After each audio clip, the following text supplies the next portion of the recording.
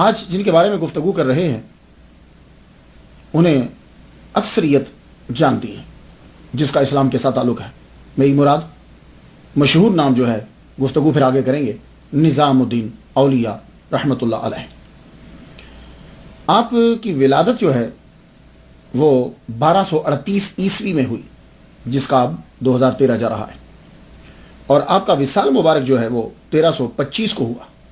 تو اس حساب سے آپ نے جو زندگی پائی ہے وہ 87 سال ہے, 87 ایئرس, 87 سال آپ نے عمر پائی. پیدا آپ کہاں ہوئے؟ انڈیا کی ریاست اتر پردیش کا ضلع بدایوں, آج کل اس کو بدایوں کہتے ہیں. ویسے شروع میں یہ بداؤں ہوتا تھا, واو اور اس کے بعد پھر یا آ گئی, پھر با کے اوپر زبر بھی آ گئی. آپ کے والد گرامی جو ہیں ان کا نام سید احمد بدایونی رحمۃ اللہ علیہ. لیکن میں ابھی تھوڑی دیر پہلے میں آئین اکبری پڑھ رہا تھا. آئین اکبری کا نام تو سنا, وہ دین الہی, ہاں سمجھ میں آ گئی. اس کے اندر میں نے ان کا جو نام پڑھا ہے وہ کہتے ہیں کہ ان کے والد گرامی کا نام جو ہے وہ احمد دانیال ہے. لیکن جس نے آئین اکبری لکھی ہے نا, اسے کوئی توقع نہیں کی جا سکتی کہ وہ بڑی محبت پیار سے کسی کی شان بیان کر کے وہ لکھے گا. آپ کی والدہ ماجدہ سیدہ بی بی زلیخا, یہ آپ کی والدہ ماجدہ کا نام ہے. کچھ لوگوں نے لفظ زلیخا کے اوپر بڑی گفتگو کی ہے آج کے دور کے اندر, لیکن اس سے پتہ چلتا ہے کہ پرانے لوگ جو ہے اس لفظ کو اچھا سمجھتے تھے, اس نام کو اچھا سمجھتے تھے. خاندانی پس منظر بیان ہو جائے تو گفتگو ذرا اور جم کے ہوتی ہے. لوگ جو ہیں دو چیزوں کو بڑا دیکھتے ہیں, خاندان کو اور دولت کو. جس کے پاس خاندان اور دولت اور پھر کریکٹر, یہ تینوں چیزیں جب مل جاتی ہیں تو وہ آدمی بڑا عظیم ہوتا ہے. خاندان جو ہے وہ آپ سید ہیں, اور سید حسینی ہیں. حسینی سید ہیں مطلب کہ والدہ کا بھی شجرہ نسب جا کر حضرت امام حسین سے ملتا ہے, اور والد گرامی کا شجرہ نسب بھی جا کر امام حسین سے ملتا ہے. اس لیے آپ کو حسینی سید کہا جاتا ہے. یہ انڈیا کے رہنے والے نہیں ہیں تو پھر کہاں کے ہیں؟ یہ ان کے نانا سید عرب, ان کا نام ہی سید عرب ہے, اور آپ کے دادا جو ہے, یہ دونوں, دادا کا نام سید علی ہے, یہ دونوں جو ہیں بخارا سے ہجرت کر کے پہلے لاہور آئے, پھر لاہور سے دہلی بدایوں چلے گئے. وہاں جا کر خواجہ نظام الدین اولیاء کے دادا نے اور نانا نے, دونوں آپس میں دوست ہوں گے لگتا ہے, جو یہ چل رہے ہیں نا دوست لگتے ہیں, کہ بخارا سے اکٹھے آئے, پھر لاہور سے, اس وقت راؤٹ یہی ہوتا تھا جس کو عام لفظوں میں ہم روٹ کہتے ہیں نا. راؤٹ جو ہوتا تھا نا مسافروں کا, جو بھی ادھر سے آتے تھے, زیادہ تر یہی راؤٹ ہوتا تھا. پہلے لاہور آتے, لاہور سے کچھ ملتان کی سائڈ پہ نکل جاتے, کچھ ادھر دہلی چلے جاتے, لیکن زیادہ تر لاہور اور دہلی, پھر دہلی سے آگے نکلتے. تو یہ لاہور آئے, لاہور سے دہلی پہنچے, بدایوں میں جا کے قیام کر لیا. وہاں جب قیام کیا تو اللہ تعالیٰ نے دونوں کو اولاد دی. تو پھر کیا ہوا کہ دونوں نے دوستی کو پکا کر لیا. سید عرب نے اپنی بیٹی اپنے دوست کے بیٹے کو دے دی, تو اس طرح رشتہ جو ہے وہ اور مضبوط ہو گیا. تو جو نظام الدین اولیاء رحمۃ اللہ کے ابا ہیں یہ بدایوں کے قاضی بھی رہے ہیں. اس سے اندازہ لگا لیجئے کہ معاشی حالت ٹھیک ٹھاک ہوگی. اور جب قاضی ہیں تو عالم بھی ہیں, کیونکہ جاہل تو قاضی نہیں لگے گا, پڑھے لکھے. تو قاضی تب لگتا تھا آدمی جب مروجہ علوم اس نے پڑھے ہوتے تھے. چیف جسٹس ہوتا تھا, قاضی جج ہوتا تھا, تو معاملات جو ہیں وہ بہتر چل رہے تھے, گھر کے حالات ٹھیک چل رہے تھے. اللہ تعالیٰ نے نظام الدین, اللہ اکبر, ان کا نام اصل محمد ہے, انہوں نے جنم لیا 1238 کے اندر. لیکن ہوا یہ کہ جب آپ 5 سال کے ہوئے تو آپ کے والد گرامی جو ہیں وہ دنیا سے تشریف لے گئے. اللہ تعالیٰ نے جس کو بڑا بنانا ہوتا ہے نا, اور اس میں صلاحیتیں پیدا کرنی ہوتی ہیں, شروع سے اس کو تکلیفیں دینے لگ جاتا ہے. لیکن تکلیف دیتا چھوڑتا نہیں ہے, ساتھ رہتا ہے, حوصلہ بھی بڑھاتا رہتا ہے. یہ تکلیف کیوں ہوتی ہے؟ وجہ یہ ہوتی ہے کہ بچے کو اگر پریشانی نہ ہو تو وہ توجہ نہیں دیتا. یہ انسان کا بھی ہے, انسان کو جب پریشانی آتی ہے, آپ لوگ جب پریشانی ہو تو نماز بڑی پڑھتے ہو, اللہ کی طرف دھیان چلا جاتا ہے, ذرا آسانی پیدا ہوتی ہے سب ختم ہو گئے. تو وہ کوئی لوگ ہوتے ہیں کہ جو ہر حال کے اندر ایک جیسے رہتے ہیں. تو اللہ تعالیٰ ساری چیزیں پھر سکھاتا ہے. تو 5 سال میں باپ کا سایہ سر سے اٹھ گیا. اب جب سایہ اٹھا، معاشی حالت جو ہے وہ تھوڑی سی ڈگمگا گئی، غربت آنے لگی. آپ کی ایک بہن کا تذکرہ بھی ملتا، آپ کی والدہ نے آپ کو پالا، لیکن اس عظیم عورت نے آپ کو چھوڑا نہیں ہے کہ آپ کی طرف توجہ نہ دی ہو، نہیں، توجہ دی. ہم پہ گفتگو کرتے ہیں سلطان المشائخ محبوب الہی سید محمد بن سید احمد المعروف خواجہ نظام الدین محبوب اولیاء چشتی بدایونی دہلوی رحمۃ اللہ علیہ. یہ آپ کا نام جو ہے وہ جو مشہور ہے وہ میں نے نام لے دیا. کچھ نام پہ گفتگو ہو جائے. آپ کا نام سید شروع میں آتا ہے. آپ والدہ کی طرف سے اور والد کی طرف سے حسینی سید ہے، اس لیے سید. محبوب الہی یہ بھی آپ کے نام کے ساتھ مشہور ہوا. 2 محبوب الہی مشہور ہوئے ہیں. پہلے سید عبد القادر گیلانی رحمۃ اللہ علیہ، غوث پاک جن کو کہتے ہیں، اور دوسرے یہ سید نظام الدین. یہ 2 ہیں کہ جو محبوب الہی مشہور ہوئے. حضرت میر سید محمد جعفر مکی اپنی کتاب بحر المعانی میں لکھتے ہیں، ایک روز میں دریا نائل میں سفر کر رہا تھا.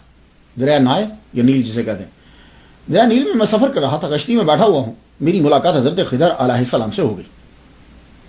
خضر علیہ السلام سے یہ خضر بھی ہے، اس کا پروننسیشن خضر بھی ہے، لیکن خضر علیہ السلام بھی لکھا ہوا.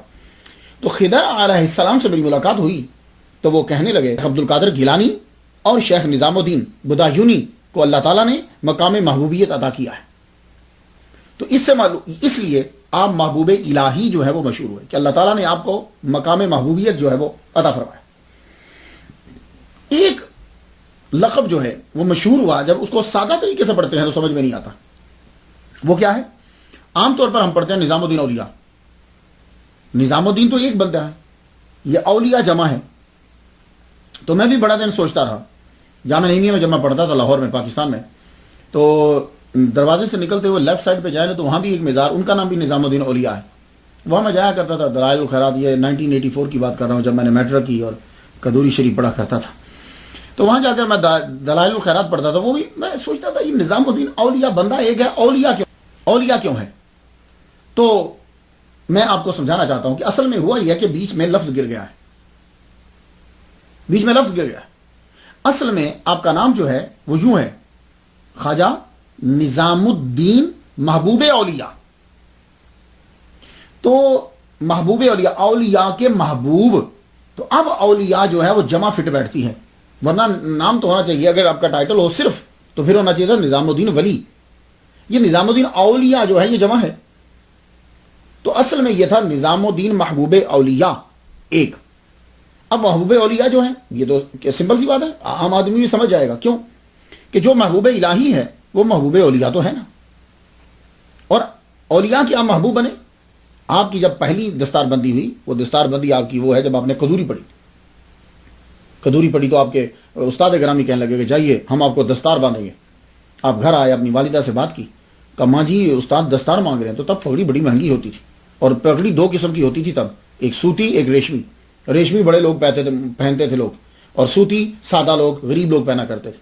سوت بیچ کر، سوت تو دھاگا بیچ کر جو ہے وہ یہ پگڑی منگوائی اور کہا جاؤ بیٹے یہ لے جاؤ. تو اس وقت جب آپ کی دستار بندی ہو رہی تھی تو محفل کے اندر بڑے بڑے مجذوب اور اولیاء کرام جلوہ فرما تھے، اور سب نے جو ہے وہ آپ کی تعریف کی. وہ کیسے تعریف کی آپ کی؟ کہ آپ کی جب دستار بندی ہونے لگی تو یوں رکھ کر دستار بندی کبھی آپ نے دیکھی؟ وہ یوں جب ایک بل دیتے تو اس وقت ولی کامل اس محفل میں موجود تھے، آپ ان کے قدموں میں گر جاتے، پھر کھڑے ہوتے تو پھر جو ہے وہ بل دیتے، پھر آپ ان کے پاؤں کو چومتے. تو جب تک پگڑی جو ہے اس کے ہر بل کے اوپر آپ جھک کر ان کو سلام کرتے. تو انہوں نے بڑی دعائیں دی، اور آج ساری محفل نے جو ہے وہ آپ کی سادگی، عاجزی پر اور اس پگڑی کے چناؤ پر سب نے تعریف کی. تو یہ پہلا موقع تھا.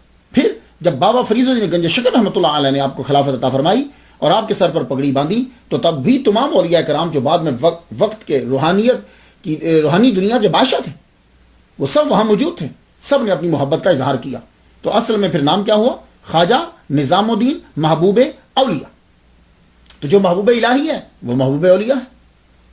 تو اس لیے وہ محبوب کثرت استعمال کی وجہ سے جو ہے وہ گر گیا, تو ہم بولنے لگے نظام الدین اولیاء. تو یہ اکثر ایسا ہوتا ہے, زبان کے اندر چیزیں اڈاپٹ کر لی جاتی ہیں. جیسے پیران پیر, یہ لفظ غلط ہے, پیران پیر غلط ہے, اصل میں پیر پیرا ہے, لیکن چونکہ ہمیں بولنے میں مشکل لگتا ہے تو ہم اس کو پیران پیر کہتے ہیں. یہ پیران پیر تو کوئی لفظ نہ بنا, آپ اس کا ترجمہ کیجئے گا پیر پیراں, اب بات سمجھ میں آتی ہے. لیکن یہ اس کو میں غلط نہیں کہتا, ہوتا معلوم ہے کیا ہے, ہم کسی بات کو سمجھنے یا سمجھانے کے لیے ایک چیز کو اڈاپٹ کر لیتے ہیں اور وہ پھر ہمارے معاشرے کے اندر ویسے ہی سمجھ میں آ جاتی ہے. اب پیرانے پیر جب بھی بولیں گے, بھلے سے لفظ ترجمہ غلط بنتا ہو, پیرانے پیر سے ایک بات سمجھانی ہے وہ غوث پاک ہی ہوں گے. میری بات آپ سمجھ رہے ہیں؟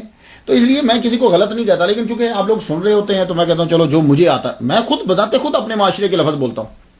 ہاں میں خود مجھے معلوم ہوتا ہے کہ یہ لفظ کیسے ہیں, لیکن چونکہ میرے معاشرے میں اور وہ بولا جاتا ہے عام میں, تو ویسے میں بھی کبھی بول دیتا ہوں اسے. تو یہ غلط, لیکن ذہن میں جو ہے وہ برین میں دماغ میں رہنا چاہیے.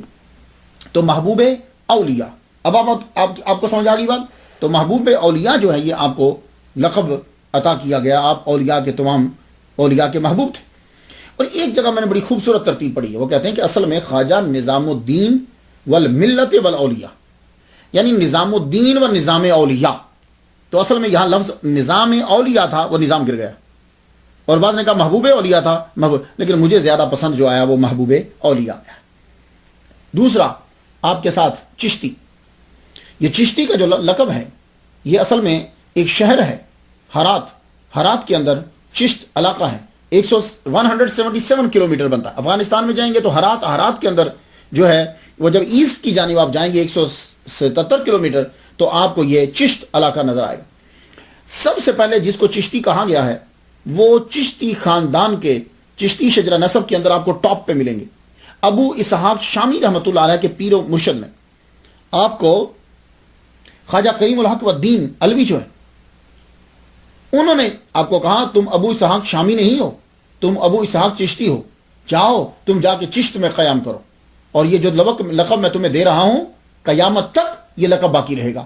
یہ اس پیر کی دعا تھی کہ ابو اسحاق شامی رحمۃ اللہ علیہ کو چشتی کا لقب ملا. آگے پھر ان کے جو مرید چلتے عثمان ہرونی, ان کے مرید جو ہے خواجہ معین الدین چشتی, پھر آگے ان کے مرید خواجہ قطب الدین بختیار کاکی, ان کے مرید بابا فرید الدین گنج شکر رحمۃ اللہ علیہ, ان کے مرید خواجہ نظام الدین اولیاء چشتی. تو یہ سارا یہ چشتی سلسلہ اب آپ کو سمجھ آ گئی کہ ان کے نام کے ساتھ چشتی کیوں لگتا ہے. اس لیے ایک تو یہ چشتی سلسلہ کے اندر پروئے گئے. اس کے بعد آ جائیے, آپ کے ساتھ بدایون لگتا ہے, بدایونی. یہ آپ کو بدایونی کیوں کہا جاتا ہے؟ اس لیے کہ آپ بدایون میں پیدا ہوئے ہیں. کلومیٹر 226 کلومیٹر نیو ڈیلی سے ہے یہ بدایون جو ہے, ریاست اتر پردیش کے اندر بدایون. یہ بدایون اب ضلع بن گیا ہے. 51% اس میں ہندو رہتے ہیں, 46% اس کے اندر مسلمان رہتے ہیں, لیکن انڈیا گورنمنٹ یہ کہتی ہے کہ صرف 34% مسلمان رہتے ہیں. آپ کو یہ یادو یہ وہاں نظر آئیں گے, مسلمان بھی ہیں. اس کا تلفظ جو ہے وہ بدایوں ہے, کیونکہ یہ پرنس بوڈا جو ہے نا اس کے نام کے اوپر اس سے یہ منسوب ہے, تو اس لیے اس کو بدایوں کہا جاتا ہے. لیکن بعد میں پھر کیا ہوا کہ بدایوں ذرا مشکل لگتا ہے, تو ہم نے تو صرف ظاہر کرنا ہوتا ہے نا, پھر بدایوں ہو گیا. میرے ایک استاد محترم تھے, میں نے ان سے ہدایہ شریف پڑھی, ہدایہ کے چند اسباق پڑھے. پہلی دفعہ میں نے ان سے سنا, وہ سید یعقوب شاہ بدایونی رحمۃ اللہ علیہ. میرے والد گرامی طالب حسین شاہ رحمۃ اللہ علیہ بھی انہی کے شاگرد, ان سے کافی پڑھا تھا انہوں نے. والد گرامی کا انتقال جو ہے سید نظام الدین محبوب اولیاء رحمۃ اللہ کے والد گرامی کا انتقال 5 سال کی عمر میں ہو گیا. اب آپ کی والدہ ماجدہ جو ہیں وہ آپ کی تعلیم کی طرف متوجہ ہوئی. سب سے پہلے مولانا شادی رحمۃ اللہ علیہ, بڑے ولی اللہ گزرے, ان کے پاس بھیجا قرآن پڑھنے کے لیے. آپ جب ان کے پاس قرآن مجید پڑھنے کے لیے گئے تو ان کی کرامت تھی. پرانے دور کے بزرگ بھی کیسے ہوتے تھے, اللہ اکبر. ان کی کرامت یہ تھی کہ جو ان سے پہلا پارا پڑھ لیتا تھا مرنے سے پہلے وہ قرآن کا حافظ ضرور ہوتا تھا. یہ ان کی کرامت. تو پہلا پارا خواجہ نظام الدین محبوب اولیاء رحمۃ اللہ علیہ نے انہی سے پڑھا, مولانا شادی رحمۃ اللہ علیہ سے. یہی وجہ ہے کہ آپ کی 20 سال تک آپ نے قرآن مجید کی طرف دھیان نہیں دیا, پھر آپ کسی اور طرف لگ گئے. 20 سال کے بعد پھر آپ نے بیٹھ کر پورا قرآن مجید یاد کر لی. تو ان سے آپ نے پہلا پارا پڑھا. پھر قدوری شریف مولانا علاؤ الدین اصولی رحمۃ اللہ علیہ سے پڑھی. ان کو اصولی اس لیے کہتے ہیں کہ فقہ کے اندر یہ مہارت رکھتے تھے, زبردست مہارت. علامہ اخبار الاخیار میں ہے, مولانا شمس الدین سے, یہ ادب اور لغت کے ماہر تھے, ان سے بھی پڑھا. ان سے آپ نے مقامات حریری بھی پڑھی. اور مقامات حریری, اللہ اکبر, چلو کبھی آپ جا کے اس کو چیک کیجئے گا, بڑی مشکل ہے. مقامات حریری جو ہے یہ فاضل عربی کے اندر بھی کچھ پڑھی جاتی تھی. تو مقامات حریری کے 40 مقامات خواجہ نظام الدین محبوب اولیاء نے زبانی یاد کر لی. وہ بڑی مکفہ مسجع عبارت ہوتی, 40 مقامات زبانی یاد کر لی. بعد میں جب آپ ولایت میں داخل ہوئے, ولایت و ولایت میں, یہ کبھی عرض کروں گا, ولایت و ولایت میں داخل ہوئے تو کہنے لگے ایسے ہی اس کو یاد کرتا رہا میں, وہی دھیان کسی اور طرف میں دیتا. تو پھر آپ نے اتنا پڑھا کہ مناظر اعظم بن گئے. کتابیں آپ کو ازبر یاد تھی. جتنے مروجہ علوم ہیں, فقہ, حدیث, منطق, فلسفہ, حیات, کلام, سب آپ کو زبانی کتابیں آتی. اور اتنے مناظر مشہور ہوئے آپ کہ کوئی مولوی, کوئی باطل, کوئی کسی فرقے کا, کوئی اسلام پر اٹیک نہیں کر سکتا تھا. محفل کے اندر جب آپ گفتگو کرتے تو لاجواب کر کے رکھتے تھے. آپ لوگوں نے کیا سمجھا ہے کہ یہ ولی کامل جو ہیں یہ بس بیٹھ جاتے تھے؟ نہ, پہلے تمام علوم پڑھتے تھے. یہ قرآن, حدیث, اس کا ترجمہ پڑھنے کے لیے اردو ترجمہ نہیں دیکھنا پڑتا تھا ان کو. قرآن کا ترجمہ آتا تھا سب, حدیث کا سارا ترجمہ آتا تھا, سب چیزیں انہیں آتی تھی. اب انہیں کو دیکھ لیجیے آپ. کیا آپ نے کبھی یہ سوچا بھی ہوگا کہ خواجہ نظام الدین اولیاء بھی مدرسہ میں پڑھ کے نکلے ہوں گے؟ مدرسہ میں سارا پڑھا, 16 سال تک آپ نے پڑھا. مولانا کمال الدین سے آپ نے مشارق الانوار پڑھی. مولانا احمد تبریزی سے بھی آپ نے حدیث پڑھی. اور آپ اب ان کے علم کا اندازہ اس بات سے لگائیے, سارا کچھ پڑھنے کے بعد پھر بابا فرید الدین گنج شکر رحمۃ اللہ علیہ سے آپ نے جا کر 6 پارے قرآن مجید کے پڑھے. یہ چیز دیکھیے ذرا, یہ صوفیہ میں ہے. یعنی سارے مروجہ علوم پڑھنے کے بعد 6 پارے بابا فرید الدین گنج شکر رحمۃ اللہ علیہ سے. عوارف المعارف کے کئی باب پڑھے آپ. شہاب الدین سہروردی رحمۃ اللہ کی کتاب, بڑی ٹاپ کی کتاب, آپ بھی کبھی اسے پڑھیے گا. عوارف المعارف پڑھی, التمہید فی بیان توحید پڑھی, سب کن سب بنی. پھر لوائح قاضی حمید الدین نگوری رحمۃ اللہ علیہ کی کتاب آپ نے ان سے پڑھی. تمام مروجہ علوم اور کتابیں جو ہیں وہ اپنے ازبر یاد کر لی. اللہ اکبر جل شان, کوئی آپ کے سامنے بیٹھ نہیں سکتا تھا. تو جب آپ پڑھ چکے, اب آپ کا دل کیا کہ میں دہلی چلا جاؤں. آپ بدایوں میں رہتے تھے, شہر کے اندر جاؤں, اور آپ کو قاضی بننے کا بڑا شوق تھا. آپ فرماتے تھے میں جج بن جاؤں, قاضی بن جاؤں. آپ اپنی والدہ اور اپنی بہن, ان کی شادی ہو چکی تھی, بچے تھے 2 ان کے. ان کو بھی نہیں جانا ہے. پہلے کہنے لگے ماں آپ رکو, میں جاتا ہوں دہلی, میں ذرا چیک کر کے آتا ہوں, پھر رہیں گے کہاں, مکان کا بندوبست کر کے آتا ہوں. خواجہ نظام الدین محبوب اولیاء رحمۃ اللہ علیہ دہلی آئے. اب جب یہاں آئے, حالات کا جائزہ لیا آپ نے, جائزہ لینے کے بعد واپس گئے. پھر آپ دوسری بار آئے. دوسری بار پھر آپ نے اپنی والدہ کو, اپنی بہن کو, ان کے جو بچے وہ 2, انہیں ساتھ لیا. ساتھ لے کر آپ دہلی آتے ہیں. اب دہلی آ کر پہلے شروع میں آپ مختلف جگہوں پہ رہے. سرائے نمک کے اندر رہے, یہ ان جیسے آج کل ہالیڈے ان, ڈے ان, اسی طرح اس کا نام بھی سرائے نمک. سرائے نمک میں رہے. پھر اس کے بعد امیر خسرو جو ہیں, ان کے ماموں کی حویلی خالی تھی, وہ کہیں گئے ہوئے تھے. تو امیر خسرو رحمۃ اللہ علیہ نے ان کو اپنے ماموں کی حویلی میں رکھ دیا. وہ اچانک واپس آ گئے. آپ آتے ہی انہوں نے نکال دیا, چلو نکلو, خالی کرو میرا مکان. بیچارے کہاں جاتے, وہاں سے اٹھے تو ایک اور مکان میں پہنچے, شیخ صدر الدین کے گھر میں رہنے لگے. پھر وہاں سے بھی چلے تو سرائے رکابدار میں جا کر رہنے لگے. پھر شادی گلابی کے گھر میں آئے. پھر شراب دار شمس الدین کے گھر میں جو ہے وہاں پہنچے. تو یہ اتنی جگہوں پہ رہنے کے بعد پھر آپ نے ایک جگہ جو ہے وہ قیام کر لیا. قیام کیا. آپ کی والدہ ماجدہ اور آپ کی عمر 16 سال. اب وہاں دہلی کے اندر اور مزید پڑھا آپ نے, پڑھتے بھی ساتھ کچھ کام بھی کرتے. کو تھوڑا سا مل جاتا گھر لا کے دے دیتے, گھر کا خرچہ چلتا. ماں جو ہے وہ بیچاری سوت ابھی بھی کاٹتی, لیکن اب جسم نے ساتھ چھوڑ دیا. ماں جو ہے وہ کمزور ہو گئی. ماں کمزور ہوگی، چارپائی کے اوپر پڑ گئی، بڑی مشکلوں سے پالا تھا. تو خواجہ نظام الدین آپ بیٹھے رہتے جامع مسجد کے اندر، عبادت کرتے رہتے، اور جہاں آپ کو سبق پڑھنا ہوتا وہاں جا کے سبق بھی آپ حاصل کرتے. آپ آیا کرتے تھے والدہ ماجدہ سے ملنے کے لیے. تو والدہ ماجدہ آپ کی ڈھارس بنا دی تھی. ماں جو ہوتی ہے نا، اللہ کی بڑی رحمت ہوتی ہے. بڑے سے بڑی مشکل بھی جب ہونا تو ماں جب ہاتھ پھیرتی ہے تو مشکل احساس ہی نہیں ہوتا. خواجہ نظام الدین محبوب اولیاء رحمۃ اللہ علیہ فرماتے ہیں کبھی گھر کے اندر کچھ نہیں ہوتا کھانے کو، فاقوں سے کئی دنوں سے واسطہ پڑا ہوتا، تو والدہ کیا کہتی؟ بابا محمد آج ہم اللہ کے مہمان ہیں، کئی دن سے کھانا نہیں کھایا ہوا. تو کیا ہوتا تھا؟ یہ جملہ بولتی تھی، بابا محمد آج ہم اللہ کے مہمان ہیں. تو خواجہ نظام الدین محبوب اولیاء رحمۃ اللہ علیہ کہتے اس وقت تو اس کی سمجھ نہیں آتی تھی، لیکن اب یہ جملہ بڑا مزہ دیتا ہے اور بڑا کیف و سرور حاصل ہوتا ہے اس جملے سے. آپ اپنی والدہ ماجدہ کو ملنے کے لیے آئے، جمادی الاخرہ کا چاند دیکھا، اس کے بعد والدہ کے پاس آئے، زیارت کرتے ہیں. تو ماں جی نے ایک جملہ کہا، کہنے لگے بیٹے اگلے چاند کے بعد کس کو دیکھنے آؤ گے؟ کس کے سلام کو آؤ گے اور کس سے دعائیں لو گے؟ آپ رو پڑے، عرض کرتے ہیں ماں جی ہم آپ کے بغیر کیسے جئیں گے؟ 5 سال سے جس ماں نے بچے کو پالا ہو، اپنی پوری جوانی لگا دی ہو، تو اس کی جدائی، اور پھر اتنے نیک بیٹے ہوں، اللہ اکبر جل کہ ماں ہم تیرے بغیر کیسے جئیں گے؟ کہا جا کے اب سو جا، تو صبح آ جانا میرے پاس، جا کے سو جا. خواجہ کہتے ہیں سونا کیا تھا، بیٹھا رہا، تہجد پڑھی. تہجد کے وقت کہتے ہیں کہ میں اپنی والدہ کے کمرے میں آ گیا. کمرے میں آیا تو میری والدہ جو ہے وہ اٹھی ہوئی تھی. آگے بیٹا؟ جی ماں میں آ گیا.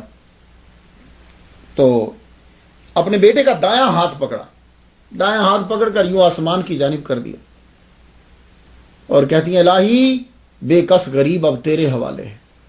اس کے بعد آپ کی رونے کی گئی تہجد کے وقت. یہ ہیں آپ کی والدہ ماجدہ. بڑے غمگین ہوئے. ماں ہی تو سہارا تھی، آمدن کا بھی کوئی ذریعہ نہیں ہے، نوکری ابھی تک ملی نہیں. بڑے غمگین اور بڑے پریشان رہنے لگے. لیکن اس پریشانی کے اندر آپ کی جو اکثر دوستی رہتی وہ کیا تھی؟ آپ خواجہ قطب الدین بختیار کاکی رحمۃ اللہ علیہ کی قبر پہ چلے جاتے، وہاں قبر پہ چلے جاتے، روتے رہتے. ایک دن وہاں بیٹھے رو رہے ہیں کہ ایک نورانی چہرے والے ایک بزرگ ظاہر ہوئے. بعض نے کہا یہ شیخ نجیب الدین متوکل، یہ بابا فرید کے بھائی ہی تھے. بزرگ آئے تو ان کا چہرہ بڑا نورانی تھا. آپ ان سے یہ کہنے لگے، آپ کہنے لگے میرے لیے دعا کرو میں قاضی بن جاؤں. انہوں نے یوں خواجہ نظام الدین محبوب اولیاء رحمۃ اللہ کا چہرہ دیکھا. چہرہ دیکھنے کے بعد کہنے لگے نہیں تم قاضی نہیں بنو گے، میں تو کچھ اور دیکھ رہا ہوں. میں دیکھ رہا ہوں کہ تم بادشاہ ہو اور تمام عالم تم سے فیض پا رہا ہے. یہ خواجہ قطب الدین بختیار کاکی رحمۃ اللہ علیہ کے قبر اطہر پر، قبر انور پر جو ہے وہ بابا نے یہ بات کی. کہتے ہیں اس سے بڑی دل کو جو ہے وہ ڈھارس. پھر اکثر ان کی محفلیں جو ہیں وہ جمنے لگی. شیخ نجیب الدین متوکل ان سے، امین الدین محدث تبریزی ان کے ساتھ بیٹھنے لگے، محفلیں جمتی تھی. تو جتنے بھی اجودھن سے لوگ آتے تھے، پاک پٹن سے، جس کا نام آپ پاک پٹن ہے، آتے، وہ زیادہ تر شمس الدین شرابدار کے گھر میں رہتے تھے. ان کے ساتھ ملاقات وہی ہوتی تھی. 16 آئے تھے، 4 سال گزارے، 20 سال آپ کی عمر جو ہے وہ دہلی کے اندر ہوگی. 20 سال عمر ہوئی تو 20 سال کے بعد آپ جو ہیں وہ بابا فرید الدین گنج شکر، جب آپ کی عمر 20 سال ہوگی اب ان کے مرید ہونے کے لیے چل پڑے. اب یہاں ایک نقطہ عرض کرنا چاہتا ہوں، یہ دیکھو یہ ایسے ہی اٹھ کے چل پڑے، او جی چلو میں بابا فرید الدین گنج شکر رحمہ اللہ کا مرید ہونے چاہتا ہوں. نہیں، پیچھے ایک تاریخ ہے. کہاں سے نام سنا ہے انہوں نے؟ یہ محبت من میں کیوں بیٹھ گئی؟ وہیں کیوں گئے؟ بہاؤالدین زکریا ملتانی رحمۃ اللہ علیہ اور بڑے بزرگ تھے اس دور میں، وہاں کیوں نہیں چلے گئے؟ تو آئیے میں اپنے سننے والوں کو یہ بتانا چاہوں گا کہ یہ اجودھن کیوں گئے، پاک پٹن کیوں گئے. جب آپ کی عمر 12 سال تھی نا، 12 سال، تو آپ اس وقت بدایوں میں علامہ سید علاء الدین اصولی رحمۃ اللہ علیہ سے قدوری پڑھتے، یعنی اور بھی کتابیں پڑھتے تھے. یہ اکثر جو کتابیں ہیں ہم یہ قدوری شریف ہم دوسرے سال میں پڑھتے ہیں، تو یہ ضروری نہیں ہوتا کہ ایک آدمی قدوری شریف آپ دوسرے سال میں پڑھتے ہو تو ہو سکتا ہے اس بندے نے بھی دوسرے سال میں بھی نہیں، ہو سکتا ہے اس بندے نے اسی کتاب کو کسی اور عمر میں جا کے پڑھا ہو. یہ بات یاد رکھیے گا، شروع میں یہ ترتیب ایسا تو نہیں ہوتی تھی. تو آپ کی عمر 12 سال کی ہوئی تو آپ اپنے استاد اصولی رحمۃ اللہ علیہ کے پاس بیٹھ کر پڑھ رہے ہیں. ایک قوال آیا، قوال کا نام ابو بکر تھا. قوال جب آ کر بیٹھا تو آپ پوچھنے لگے بھائی، وہ کہنے لگے ملتان سے آیا ہوں. ظاہر ہے واقف ہوگا تبھی تو آیا. کہنے لگے اچھا یار تم سناؤ، وہاں کی سائڈ کے صوفیاء کرام کا تذکرہ تو کرو، حالات تو سناؤ. لو تو خواجہ نظام الدین محبوب اولیاء رحمۃ اللہ پاس بیٹھے ہوئے تو وہ تذکرہ کرنے لگے. سب سے پہلے انہوں نے تذکرہ کیا شیخ بہاؤدین زکریہ ملتانی سہراوردی رحمۃ اللہ علیہ کا. کہنے لگے واہ کیا کہنے حضور، کیا بتاؤں میں ان کو. بس یوں ہی سمجھ لیے کہ بادشاہ ہے. ملتان کا بادشاہ بھی جو ہے وہ بھی وہاں آ کر پانی بھرتا ہے. ہمارا دولت کی ریل پہ لوگ پڑھ رہے ہیں، جا رہے ہیں، اور یہ اسلام کی تبلیغ کر رہے ہیں. کہا کوئی اور کسی اور کا تذکرہ کرو، کوئی اور بتاؤ کسی کو ملے ہو. کہا ہاں میں بابا فرید الدین گنج شکر سے بھی ملا ہوں، وہ اجودھر میں رہتے ہیں، پاک پٹن جس کا میں اب پاک پٹن ہی بولوں گا اس لیے کہ سمجھ میں آ جائے. تو پاک پٹن جو ہے وہاں کیا کہنے، کیا نورانی چہرہ، کیا سادگی ہے. لوگ آتے ہیں فیض پاتے ہیں، نوری نور نوری نور، معرفت ہی معرفت ہر وقت. تو خواجہ نظام الدین کہتے ہیں میں اور قریب ہوا، ان کا نام لیتے ہی نا میرے دل میں ایک محبت پیدا ہو گئی. مجھے بڑی اچھی لگی ان کی تعریف یہ جو انہوں نے کی. کہتے ہیں کہ یہ تو چلے گئے لیکن میں پھر بابا فرید کا نام اکثر لیتا تھا، اکثر مجھے ان کی یاد آ جاتی تو میں ان کا نام لینے لگا. میری بڑی عقیدت ہو گئی، اتنی عقیدت ہو گئی کہ طلباء کو بھی پتہ چل گیا کہ اگر کوئی کام نظام الدین سے کروانا ہو تو تم بابا فرید کی قسم دے دو، نظام الدین ہر مشکل سے مشکل کام کر دے گا. اتنی محبت ہو گئی. تو طلباء کو کوئی بھی کام کروانا ہوتا تھا، آپ کو کہتے تمہیں نظام الدین تمہیں بابا فرید کی قسم کام یہ کرنا ہے، وہ فوراً کر دیتے. اتنی شدید جو ہے وہ محبت ان کے ساتھ ہو گئی. یہ تھی پہلی ملاقات، تعارف. دوسرا کیا، جب آپ بدایوں سے دہلی آ رہے تھے، قافلے کے ساتھ تھے، تو آپ کے ساتھ ایک آدمی تھا ایود. راستے میں کوئی خوف ہوتا تو پکارتا اے پیر حاضر باش ہم آپ کی پناہ میں جا رہے ہیں. تھوڑی دیر کے بعد ذرا کچھ ڈر لگتا یا کچھ ہوتا پھر پکار پڑتا اے پیر حاضر باش ہم آپ کی پناہ میں جا رہے ہیں. آپ نے کچھ دیر تو سنا، پھر کچھ آگے بڑھ کے پوچھنا یہ تم کس کو پکارتے ہو بار بار. تو کہنے لگا شیخ فرید الدین گنج شکر رحمۃ اللہ علیہ کو. تیسری وجہ، بابا فرید الدین گنج شکر رحمہ اللہ کا دہلی کے اندر اٹھنا بیٹھنا شیخ نجیب الدین کے ساتھ. تو آپ جانتے ہو یہ شیخ نجیب الدین کون ہے؟ یہ بابا فرید کے چھوٹے بھائی ہیں.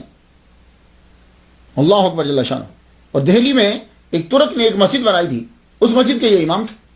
اور انتہائی سادگی، قناعت پسندی، عاجزی و انکساری اور عبادت گزار، ان کے ساتھ بیٹھنا اٹھنا تھا. ان سے بابا فرید الدین گنج شکر رحمۃ اللہ علیہ کے حالات یہ سنتے رہتے. تو بابا فرید سے محبت تو تھی، سوچتے رہتے کیا کروں. پھر کیا ہوا، ایک دن جامع مسجد کے اندر فجر کی نماز کے وقت، اب تہجد میں چلے جاتے تھے، فجر کی اذان دینے کے لیے مؤذن جب مینارے پہ چڑھا، مؤذن نے بلند آواز سے جب اذان دی، اذان دینے کے بعد اس نے کہا، تو کہتے ہیں کہ پتہ نہیں کیا عجیب کیفیت میرے اوپر طاری ہو. بس میرا دل کیا کہ میں بھاگ جاؤں اجودھن کی طرف، میں اب پاک پٹن بھاگ جاؤں، چلا جاؤں میں. تو کہتے ہیں کہ میں تیار ہوا، غسل کیا، احرام باندھا. یار کیا عقیدت تھی ان لوگوں کی. احرام باندھ کر مسجد میں آ گیا، 2 نفل پڑھنے لگا. تو ذہن میں ایسے خیال آیا یہ میں کیا صحیح کر رہا ہوں، احرام باندھ کر میں اجودھن جا رہا ہوں. جیسے چادریں 2 باندھ ویسے چادریں باندھ لی آپ نے. تو یہ بھی سوچ رہے ہیں کہ مسجد کے کارنر سے ایک بزرگ، انہوں نے سر بھی نہیں اٹھایا، یوں ہی بیٹھے بیٹھے کہنے لگے، آواز دیتے ہیں یوں ہی سر جو ہے، العلم حجاب اکبر، علم بڑا حجاب ہے. ویسے حجاب تو ہوتے ہی حجاب ہے، اب علم حجاب اکبر. تو آپ نے پھر سوچا دل میں، یار یہ علم حجاب اکبر کیوں ہوتا ہے؟ دل میں سوچ رہے ہیں، ان کی طرف دھیان نہیں دیا. تو وہ پھر بولے یہ تو جب جائے گا تو پتہ چل جائے گا. آپ کا دل پکا ہو گیا، نفل پڑھے، اجودھن چل پڑے. اب قافلہ جو ہے، آپ ایک قافلے کے ساتھ روانہ ہوئے، وہی قافلہ جا رہا تھا، قافلے کے ساتھ اکیلا آدمی بھڑک جاتا ہے، قافلے والوں کو راستہ معلوم ہوتا ہے، آپ چل پڑے. تو ہانسی سے ایک قافلہ جا رہا تھا، اس کے ساتھ شامل ہو گئے. جب کوئی خطرہ محسوس ہوتا تو سلار قافلہ جو ہے، قافلے کا سلار، پیر دستگیر شفیع وقت رہیے، پیر دستگیر شفیع وقت رہیے. آپ نے پوچھا یار یہ پیر دستگیر کس کو بلاتے ہو؟ تو قافلے کا سلار کہنے لگا ایک ہی تو ہیں، بابا فرید. اللہ اکبر جل شانہ. تو اب یہ قافلے کے ساتھ آپ جا رہے ہیں، ایک جگہ قافلہ رک گیا، وہاں سے سپلٹ ہونا تھا قافلے میں. اسی کے حصے ایک نے ملتان جانا تھا، اس کے ایک حصے نے پاک پتن جانا تھا. اب آپ سوچ میں پڑ گئے کہ میں ملتان بہاؤدین زکریا کے پاس چلا جاؤں یا میں پاک پتن جودن جو ہے وہ بابا فرید الدین کے پاس چلا جاؤں. یہ سوچ رہے تھے، آپ کی آنکھ لگ گئی. محمد مصطفیٰ صلی اللہ علیہ وآلہ وسلم کا دیدار ہوا. آپ نے فرمایا نظام الدین تم پاک پتن جاؤ. تو آپ پھر اور مضبوط ہو گئے. اب آپ وہاں سے چلے تو بڑی تیزی کے ساتھ چلتے چلتے آپ پاک پتن میں پہنچ گئے، فرید حق کہتے ہوئے. اور سفر میں یا حافظ یا ناصر یا معین، یہ خواجہ نظام الدین یہ کہتے ہوئے چل پڑے. اور آپ بھی لوگ جب سفر کرو تو یا حافظ یا ناصر یا معین، آپ ایکسیڈنٹ سے آفات سے بچ جاؤ. یہ پڑھتے ہوئے جایا کرو اور پڑھ کے نکلا کرو. آپ جب 11 رجب بروز بدھ ظہر کے وقت خانقاہ فریدیہ کے اندر پہنچ گئے، ظہر کی نماز بابا فرید کے خانقاہ کے اندر ادا کی. بابا فرید نے آپ کے چہرے کی جانب دیکھا. بابا نے ان کی طرف دیکھتے ہوئے فوراً فرمایا خوب آئے، انشاءاللہ دین و دنیا کی نعمتوں سے بہرہ مند ہو گئے. اور آپ نے اسی وقت بیٹھے بیٹھے جو پہلی ملاقات میں ہی اپنا کلہ اتار کے ان کے سر کے اوپر رکھ دیا. اللہ اکبر جل شانہ. اور معلوم ہے کیا کہنے لگے؟ یہ بات سننے والی ہے. کہنے لگے اچھا ہمارے جمال الدین کے فرزند سے ملے تھے تم؟ جمال الدین کے فرزند سے ملے تھے؟ یہ کون ہے؟ وہی جو مجذوب جو ہے وہ نکر میں بیٹھے ہوئے تھے، جنہوں نے سر جھکا کے کہا تھا العلم حجاب اکبر. آپ کو ایک دم یاد آ گیا. کہنے لگے ہاں بابا میں ملا ہوں ان سے. کہنے لگے اچھا تو کیا کہہ رہے تھے وہ؟ کہا جی کہہ رہے تھے العلم حجاب اکبر، علم جو ہے یہ حجاب اکبر ہے. یہ آپ نے بھی بارہا سنا ہوگا، مولوی بھی بار بار بولتا ہے العلم حجاب اکبر. لیکن اس کا مطلب کیا ہے؟ کیا اتنا کافی نہیں تھا العلم حجاب؟ علم ایک پردہ ہے؟ نہیں، حجاب کی 2 قسمیں ہوتی ہیں. تو بابا فرید نے پھر اگدا کھولا، فرمانے لگے بیٹے حجاب کی 2 قسمیں ہوتی ہیں. ایک حجاب ظلمت ہے، اندھیرے کا حجاب. تو جب اندھیرا چلا جاتا ہے تو چیز نظر آنے لگ جاتی، یہ بھی ایک حجاب. اور ایک حجاب ہے نور کا، روشنی کا. جب بہت زیادہ لائٹ آپ کی آنکھوں پہ ڈال دی جائے تو تب بھی نظر نہیں آتا. تو فرمانے لگے علم کو اس لیے حجاب اکبر کہا جاتا ہے کہ یہ نور ہے، علم تو نور ہے نا. تو یہ بعض اوقات حجاب اکبر اس لیے کہتے ہیں اس کو. اب آپ سمجھ گئے کہ زیادہ لائٹ بھی پڑ جائے تو بھی چیز نظر نہیں آتی، تو ظلمت بھی ہو تو بھی چیز نظر نہیں آتی. اللہ اکبر جل شان. 7 ماہ اور 17 دن خواجہ نظام الدین محبوب اولیاء رحمۃ اللہ علیہ نے بابا فرید کی خانقاہ میں گزارے. 7 ماہ 17 دن. اس پیریڈ کے اندر آپ پڑھاتے بھی رہے، پڑھتے بھی رہے. خود میں نے آپ کو بتایا کہ 6 پارے انہوں نے پڑھے. عوارف المعارف کے باب پڑھے انہوں نے لواحق جو ہے قاضی حمید الدین نگوری رحمۃ اللہ کی سبقن یہ سب بھی پڑھا آپ نے. اللہ اکبر جل شانہ. اس کے علاوہ جو بھی وظائف تھے وہ بھی کی. 7 ماہ 17 دن جب گزر گئے تو آپ نے سارے صوفیاء کو جو ہے وہ اکٹھا کر لی. جب اکٹھا کیا جتنے خانقاہ میں اولیاء تھے، اکٹھے کرنے کے بعد مولانا بدر الدین اسحاق سے یہ کہا، یہ آپ کے داماد بھی، ان سے یہ کہا کہ خلافت نامہ جو ہے وہ لکھو. خلافت نامہ لکھا گیا. خلافت نامہ لکھا گیا. آپ آگے بڑھے، آپ نے خلافت کا خرقہ جو ہے وہ عطا فرمایا. یہ خلافت جو جبے ملتے تھے نا، یہ مختلف قسم کے ہوتے تھے. بڑی بڑی درباروں کے اندر بندہ جب آتا تھا تو اسے دیتے تھے، جب خلافت ہوتی تھی تو دیتے تھے. ایک جبہ جو ہے وہ ان کے پاس چلا آتا تھا پیچھے سے، محمد مصطفیٰ صلی اللہ علیہ وسلم، مولا علی سے آگے، حسن بصری آگے. وہ جو جبے ہوتے تھے جو حضرت خواجہ حسن بصری رحمۃ اللہ علیہ نے بانٹے ہیں، وہ جبے اسی کو دیتے تھے جو ان کے بعد صحیح جانشین ہوتا تھا. یہ بات یاد رکھیے گا. ویسے تو وہ جبے دیتے رہتے تھے. تو آپ نے خلافت کا جبہ جو ہے وہ عطا فرمایا. اس کے بعد مولانا نظام الدین کو کہا کہ جاؤ، بحکم الہی میں نے تمہیں دلی کی ولایت بخش دی ہے، اور وہ سارا علاقہ میں نے اللہ کے حکم سے میں نے تیرے قبضے میں کر دیا. جاؤ تم وہاں کے سجادہ ہو. اور یہ یاد رکھو ہمارا یہ سلسلہ ہے. ہمارے پیر خواجہ معین الدین اجمیری چشتی رحمہ اللہ اپنے پیر کے وصال کے وقت موجود نہیں تھے.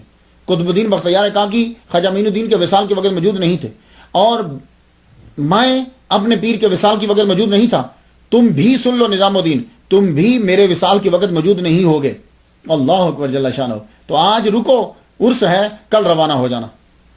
تو آپ کو روکا گیا۔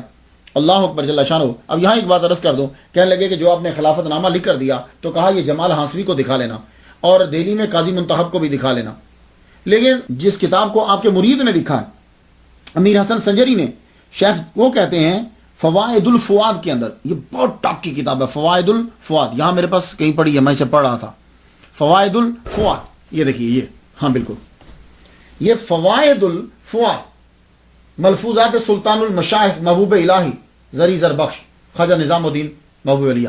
تو یہ فوائد الفواد، اس کتاب کو جب میں نے پڑھا تو اس کے اندر وہ لکھتے ہیں، اب ظاہر ہے کہ یہ ان کے مرید ہیں، وہ کہتے ہیں کہ جمال ہانسوی رحمۃ اللہ علیہ آپ کے ساتھ روانہ ہوئے تھے۔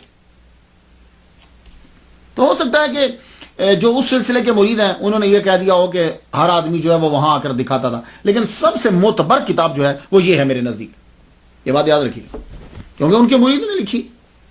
تو وہ کہتے ہیں کہ جمال ہانسوی جو ہے وہ ان کے بالکل ساتھ ہی چلے۔ اب جب دہلی پہنچے، دہلی میں خواجہ نظام الدین اولیاء محبوب اولیاء تشریف لے آئے۔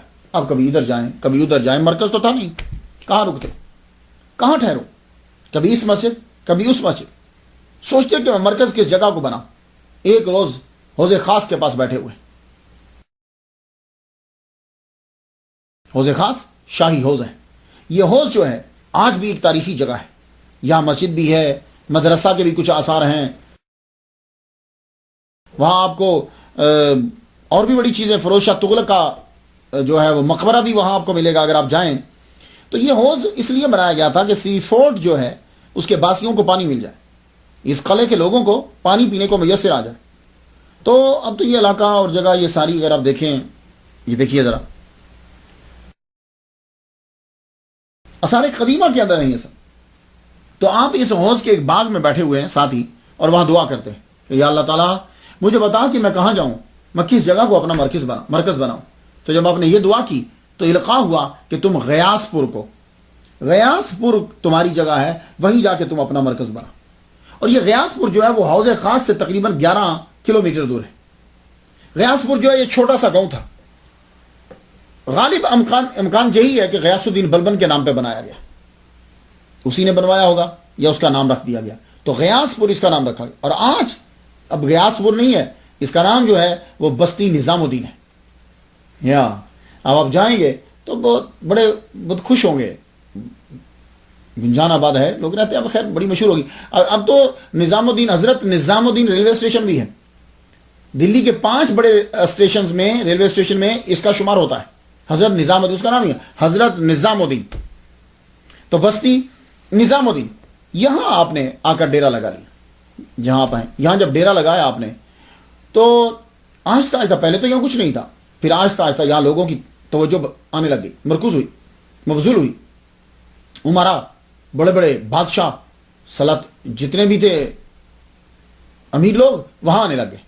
اس کی وجہ کیا ہو، یہاں یہ لوگ کیوں رہنے لگے؟ وجہ یہ تھی کہ اب تو دریائے یمنا، جس کے دریائے جمنا کہتے ہیں، یہ دریائے جمنا اب تو خیر بہت دور ہے، لیکن مجھے ایسا لگتا ہے کہ تب یہ بالکل قریب ہوگا۔ وہ کیسے؟ اگر آپ کبھی لاہور گئے ہوں، لاہور کی آپ نے ہسٹری پڑھی ہو، تو داتا گنج بخش علی حجویری رحمۃ اللہ علیہ کا جہاں مزار ہے، پہلے دریائے راوی وہاں قریب سے گزرتا تھا، لیکن اب اگر کوئی جائے تو اب دریائے راوی آپ کے قریب سے نہیں گزرتا، بہت دور چلا گیا ہے۔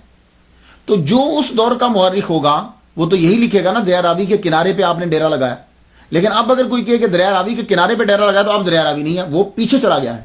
تو ہو سکتا ہے کہ بستی نظام جب آپ غیاث پور میں ٹھہرے ہوں تو تب دریائے یمنا قریب ہوتا ہو اور آہستہ آہستہ آپ دریائے جمنا دور چلا گیا ہو، ایسا پاسبل ہے، ہو سکتا ہے، ایسا اکثر ہوتا ہے۔ تو سلطان بلبن کا پوتا کیقباد 17 سال کی عمر میں تخت نشین ہو گیا، اور اس کی تربیت اس کے دادا نے بڑی زبردست کی تھی۔ آپ کو پتا بچے کو جب باؤنڈ کیا، باندھ کے رکھا جائے نا، یہ نہ کرو، یہ نہ کرو، یہ نہ کرو، یہ نہ کرو، تو دادا نے بڑی سخت اس کی تربیت کی تھی۔ جو ہی بادشاہ بنا، 17 سال کی عمر میں جب اس کو تخت مل گیا، ہر شے اس نے توڑ دی، عیاشی، شباب اور شراب کھل کر. ویسے بھی ینگ ہے, 17 سال اس کی عمر ہے, تو ڈیرا کہاں لگایا؟ پانی کے قریب, دریا یمنا کے قریب. اب جب یہ بادشاہ نے یہاں محل بنا لیا تو سارے لوگوں نے آہستہ آہستہ وہاں اپنے مکان بنانے شروع کر دی. تو جب اس نے مکان بنایا, چونکہ یہ عیاش تھا, شراب اور شباب کا رسیہ تھا, تو جتنی گانے والیاں تھیں وہ بھی وہاں آ گئی, جتنی ناچنے والیاں تھیں وہ بھی وہاں آ گئی, جتنے شراب بیچنے والے تھے وہاں انہوں نے ڈیرے لگا دی. تو خواجہ نظام الدین محبوب اولیاء رحمۃ اللہ پریشان ہو گئے. جب آئے تھے تب تو یہاں کوئی نہیں تھا, تو جب بادشاہ کے مکان کی وجہ سے اب سب ہر جگہ فحاشی کے اڈے کھل گئے, شراب اور شباب, ناچنے گانے والیوں نے اپنے مکان وہاں بنا لیے. آپ بڑے پریشان ہوئے, آپ کہنے لگے میں یہاں سے چلا جاؤں, میں جگہ چھوڑ دیتا ہوں. پریشان رہنے لگے. آپ کو خبر یہ پہنچی کہ آپ کے استاد محترم امین الدین کا انتقال ہو گیا, تو کہنے لگے کہ چلو کل جاؤں گا تو جہاں استاد رہتے تھے وہیں جا کے رہ جاؤں گا, وہیں رہ جاؤں گا. تو اسی دن آپ نے عصر کی نماز ادا کی. نماز ادا کر کے آپ بیٹھے ہیں, ایک نوجوان لڑکا آیا, آپ کے پاس آ کر بیٹھ گیا, آ کے یوں خود ہی گویا ہوا, خود ہی بولنے لگے. کہنے لگا جس دن تم چاند بنے تھے یہ نہ سوچا تھا کہ ایک دن انگلیاں اٹھیں گی. چاند تو بن گئے, یہ نہیں سوچا تھا کہ چاند پہ لوگ انگلیاں اٹھاتے ہیں. وہ چاند, یہ بڑی خوبصورت ایک تشریح ہے. حالانکہ اس کا استعمال دیکھیے, جب بھی کبھی چاند کہاں ہے, وہ تو اس کو انگلی اٹھانا کہتے ہیں, لیکن اس کا استعمال دوسری جگہ کیا گیا. تو چاند تو بن گئے, تو یہ نہ سوچا تھا کہ لوگ انگلیاں اٹھائیں گے. اب تمہاری زلفوں نے ایک عالم کا دل اچک دیا, تو کونے میں جا کر بیٹھنے کا سوچنے لگ گئے ہو. سب کو دیوانہ بنا کے اب خود جا کے چھپنا چاہتے ہو. یہ بات کہہ کے وہ غائب ہو گئے. اب کہنے لگے میں نہیں جاؤں گا, میں یہی رکوں گا. پھر کیا ہوا کہ پہلے آپ کا جہاں آپ رہتے تھے وہ جو جھونپڑی سی بنائی تھی لکڑی اور گھاس پھوس جوڑ کر, پھر آپ کے ایک مرید نے ضیاء الدین وکیل نے کمرہ بنا دیا, کچھ اچھی سی جو ہے وہ عمارت بنا دی. آپ وہیں رہنے لگے. آپ اپنی ظاہری حیات کے اندر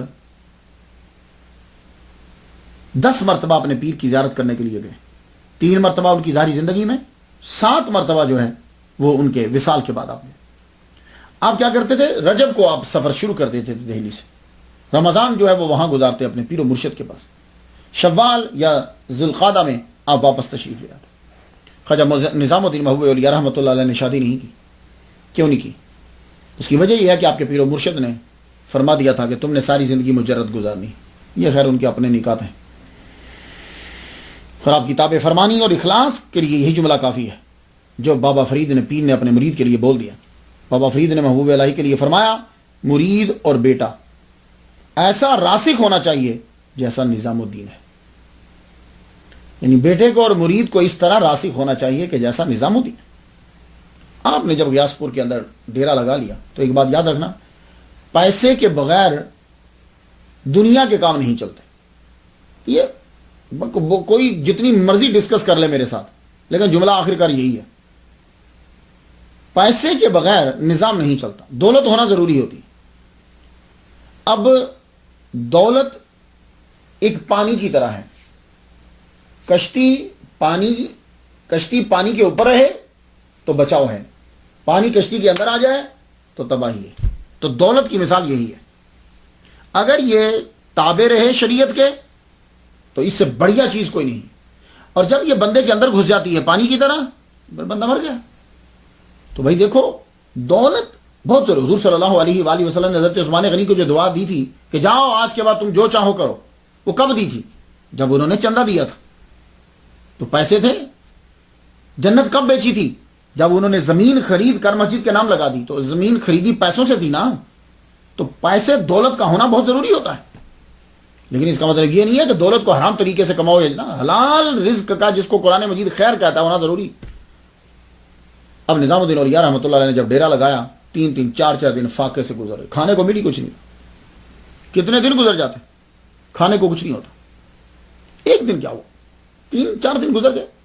ایک بڑھیا آپ کی عقیدت مند وہ جو لے کر آ گئی, یہ دلیا جس کا بنتا ہے, جو لے کر آئی. تو آپ نے شیخ کمال الدین یعقوب رحمۃ اللہ علیہ سے فرمایا اسے ہنڈیا پہ چڑھا دو, تھوڑا سا سیک دو, اسے گرم کرو, تو پھر کچھ کھا لیتے ہیں روزہ افطاری کے وقت کچھ. وہ جب ابھی پک رہا تھا, جوش مار رہا تھا, ایک بزرگ آئے. بزرگ آئے مجذوب سے تھے، آپ نے مجذوب کی کیفیت دیکھی ہوتی میں آتے اور نظام ایسے بولو، نظام جو ہے لے آؤ. آپ نے شیخ کمال الدین سے یہ کہا جاؤ ہنڈیا اٹھا کے لے آؤ. وہ ہنڈیا جوش مار رہی تھی، اس کو اٹھا کے لا کے بابا کے سامنے رکھ دیا. بابا نے ٹھنڈے ہونے کی دیر نہیں کی فوراً سے ہاتھ ڈالا اور جو کھانے لگے. جب وہ سارے جو کھا چکے تو ہنڈیا پکڑ کر پٹک دی نیچے، ہنڈیا توڑ دی. خواجہ نظام الدین محبوب اولیاء رحمۃ اللہ دیکھتے جا رہے ہیں. جب وہ ہنڈیا توڑ کر اٹھ کے جانے لگے نا تو مڑ کے کہنے لگے نظام باطنی سے تم کو بابا فرید الدین گنج شکر نے سرفراز کیا. نعمت باطنی سے بابا فرید الدین گنج شکر رحمۃ اللہ علیہ نے تجھے سرفراز کیا. جاؤ آج سے فقر ظاہر کی ہنڈیا ہم نے توڑ دی ہے. اب فقر ظاہر گا، اب فقر باطن رہے گا بس. اور یہ فقر باطن ہی مانگنا چاہیے. یہ جو فقر ظاہر ہے نا، اس سے حضور نے بھی پناہ مانگی. اللہم انی اعوذ بک من الکفر والفقر. تو یہ کیا دعا ہوئی کہ مجھے اے اللہ میں پناہ مانگتا ہوں کفر سے اور فقر سے. حالانکہ حضور کہہ رہے ہیں الفقر و فخری، فقر میرا فخر ہے. تو اس دعا میں کہہ رہے ہیں کہ مجھے پناہ چاہیے. ہاں وہ فقر ظاہر ہے اس دعا کے اندر. یہ فقر باطن جو ہے وہ ٹھیک ہے. فقر باطن کیا ہوتا ہے؟ تیرے سامنے سونے کا ڈھیر لگا ہوا ہے لیکن اس کی وقت تیرے سامنے مٹی کے ڈھیر کے برابر ہے. اس کو فقر باطن کہتے ہیں. اب یہ مطلب نہیں ہے کہ دولت کچھ کرے گی نہیں، استعمال اس کا بڑا ضروری ہے بھائی. یہ ایک عجیب فلسفہ آج کل چل پڑا. تو جب ان مجذوب نے ہنڈیا کو توڑ دیا، اس کے بعد فتوحات کا سلسلہ شروع ہو گیا. اب یہ فتوحات کیا ہے؟ ویسے عام اردو کے اندر فتوحات کا معنی یہ ہوتا ہے کہ ایک بادشاہ حملہ کر رہا ہے اور فتح پہ فتح، فتح پہ فتح، فتح پہ فتح، ملک اس کے قبضے میں آتے جا رہے، اس کو کہتے ہیں فتوحات. لیکن تصوف کے اندر فتوحات کا معنی ہوتا ہے نذرانوں کی بھرمار. کہ کسی نے آ کر نذرانہ دیا تو اس کے لیے بہترین لفظ جو ہے وہ فتوحات استعمال کیا جاتا ہے. تو خانقاہ میں اب فتح شروع ہو گئی، فتوحات آنا شروع ہو گئی، نذرانے شروع ہوئے. لنگر کھانے کا انچارج حضرت برہان الدین غریب رحمۃ اللہ علیہ کو بنایا. ہر وقت کھانا پکتا رہتا، بڑی بڑی دیگوں میں پکایا جاتا. دال، شوربہ، کھچڑی، ہریسہ، ہر چیز پکنے لگی. اور دیگیں مانجنے کی ڈیوٹی اس کا انچارج شیخ کمال الدین کو لگایا گیا. بڑے بڑے گودام بنائے گئے. یہ میں آپ کو بتاتا جا رہا ہوں کہ ترقی ہوتے ہوتے کہاں تک بات. بڑے بڑے گودام بنائے گئے اور ان گوداموں کے اندر اناج ہوتا. نام رکھا گیا نعمت خانہ، یعنی جسے ہم سٹور کہہ سکتے ہیں، ویئر ہاؤس کہتے ہیں. یہ اناج اس کے اندر جمع کیا جاتا. اور جب خواجہ نظام الدین اولیاء رحمۃ اللہ علیہ نماز جمعہ کے لیے جانا ہوتا آپ کو، یا جمعرات کو ہی یعنی شب جمعہ کو ہی، اور کبھی کبھی جمعہ کی نماز سے پہلے نعمت خانہ میں جاتے، جس کو گودام کہتے ہیں، سٹور کہتے ہیں، وہاں جاتے. جتنا مال ہوتا سب کا سب تقسیم کر کے پھر نماز جمعہ ادا کرنے کے لیے جاتے. اب سنتے جائیے گا ذرا. ولیوں کا مذاق اڑانا آسان ہے، عمل کرنا بڑا مشکل ہے، اور ان کی صحیح سیرت سنانا بھی بڑا مشکل ہے. تو نعمت خانہ میں جتنی چیزیں ہوتی ساری پہلے تقسیم کرتے، یا تو شب جمعہ کو کر دیتے، اگر بچ جاتی تو جمعہ کی نماز پڑھنے سے پہلے سب کر دیتے. اب میں آپ کو بتاؤں کہ کتنا کھانا پکتا تھا لنگر خانہ میں. ہم بندوں کی تعداد تو نہیں جانتا، دیگوں کی گنتی نہیں جانتا، میں روٹیاں کتنی پکتی تھی یہ نہیں جانتا. ایک بات جو بڑی مشہور ہے جو میں جانتا ہوں کہ آپ کے لنگر خانہ میں ایک وقت کھانا پکنے کے لیے 70 سیر نمک کا استعمال ہوتا تھا. اب جاؤ جا کے دیکھو کہ کتنا کھانا پکتا تھا. ہمارے گھر میں ایک ہنڈیا پکتی ہے تو کتنا نمک ڈالو گے؟ تو آدھا چمچ، 1 چمچ، 5-6 بندے اس کو کھاتے ہیں. تو کتنے چمچ ملیں تو پاؤ بنتا ہے، اور کتنے پاؤ ملیں تو 1 سیر بنتا ہے. 70 سیر نمک صرف، باقی اناج چھوڑو. پوری دیگ ہو تو اس میں جا کے کتنا نمک ڈالتے ہو. تو 70 سیر نمک ایک وقت میں استعمال ہوتا تھا خواجہ نظام الدین محبوب اولیاء رحمۃ اللہ کے لنگر خانے کے اندر. اب آپ جا کے دیکھیے بریانی کے اندر کتنا نمک پڑتا. یہ اتنا لنگر. اللہ اکبر جل شان. سیار الاولیاء میں سید محمد بن مبارک کرمانی لکھتے ہیں کہ آپ کے پیر و مرشد نے دعا دی تھی کہ تمہارے بورچی خانہ میں 70 سیر نمک روزانہ خرچ ہوا کرے. یہ کچھ بات افسانوی نہیں لگتی. کیوں؟ دہلی کے بادشاہ کو جو بھی بادشاہ بیٹھا، 11 بادشاہ تھے تقریباً، جو آپ کے جوان ہونے میں، ویسے تو 14 تھے ٹوٹل. ہر بادشاہ کو یہ تکلیف رہتی تھی کہ اتنا لنگر پکتا کیسے ہے اور پیسہ آتا کہاں سے. ہمیشہ خانقاہ کی جاسوسی کے اندر لگے رہتے تھے کہ آمد و رفت کا اندازہ لگاؤ، اور آپ سے خائف رہتے تھے. تغلق اس کو بھی بڑی پریشانی رہتی تھی، اتنے پیسے کہاں سے آتے. بڑی خار تھی. ایک دفعہ اس نے اعلان کر دیا، دکانداروں کو بول دیا، کیونکہ خواجہ نظام الدین محبوب اولیاء رحمۃ اللہ علیہ جو ہے وہ اپنے بابا فرید الدین گنج شکر رحمۃ اللہ علیہ کا عرس مناتے ہیں. تو اس نے اعلان کر دیا کہ کوئی دکاندار ان کو سودا نہ دے، میں دیکھتا ہوں کس طرح لنگر پکتا ہے، کیسے غریب کھاتے ہیں. آپ نے فرمایا اچھا، اس نے ہمارے اہم دن پر کھانا بند کیا دکانداروں کو. تو آپ نے صبح کے وقت ہی اپنے خاص مریدوں کو دریا یمنا کے کنارے پہ بھیج دیا. فرمانے لگے جاؤ تم چلے جاؤ، کشتیاں کنارے پہ آگے لگیں گی، اور جتنے لنگر خانے میں لوگ ہیں اس وقت آئے ہیں عرس میں، سب کے لیے کھانا وہاں سے آئے گا، تم لے کر آ جانا. اللہ اکبر جل شانہ. وہ بندے وہاں کھڑے رہے، عرس چلا، عرس کی محفل چلی، محفل سما ہوئی. محفل سما کے بعد اب کھانا دینا تھا. کشتیاں جو ہیں وہ دریا یمنا کے کنارے پہ آگے لگ گئی، اور کھانا پہلے تو یہاں تو دیگوں سے نکالا جاتا ہے نا، تشتوں کے اوپر کھانا سجا ہوا ہے. مریدین وہ کھانا لے کر لنگر خانے میں پہنچے، اور پھر ساروں کو وہ لنگر تقسیم کیا گیا. خواجہ نظام الدین محبوب اولیاء رحمۃ اللہ علیہ نے اسپیشلی بادشاہ کو بھی بھجوا دیا، لے تو بھی کھا لے اور چکھ. یہ رزق دکانداروں کے اوپر نہیں ہے، یہ رزق اللہ نے اپنے ذمہ لیا ہے. اللہ اکبر جل شانہ. تو بابا فرید الدین گنج شکر رحمۃ اللہ علیہ کا یہ عظیم شاہکار، عظیم مرید خلیفہ اعظم. پانی کا مسئلہ ہر جگہ رہتا ہے. اب لنگر خانقاہ جب بنائی وہاں پانی کا بھی مسئلہ بن گیا. باولی کا آپ نے حکم دیا. باولی سمجھتے ہیں؟ باولی کہتے ہیں ایک بڑے کنویں کو.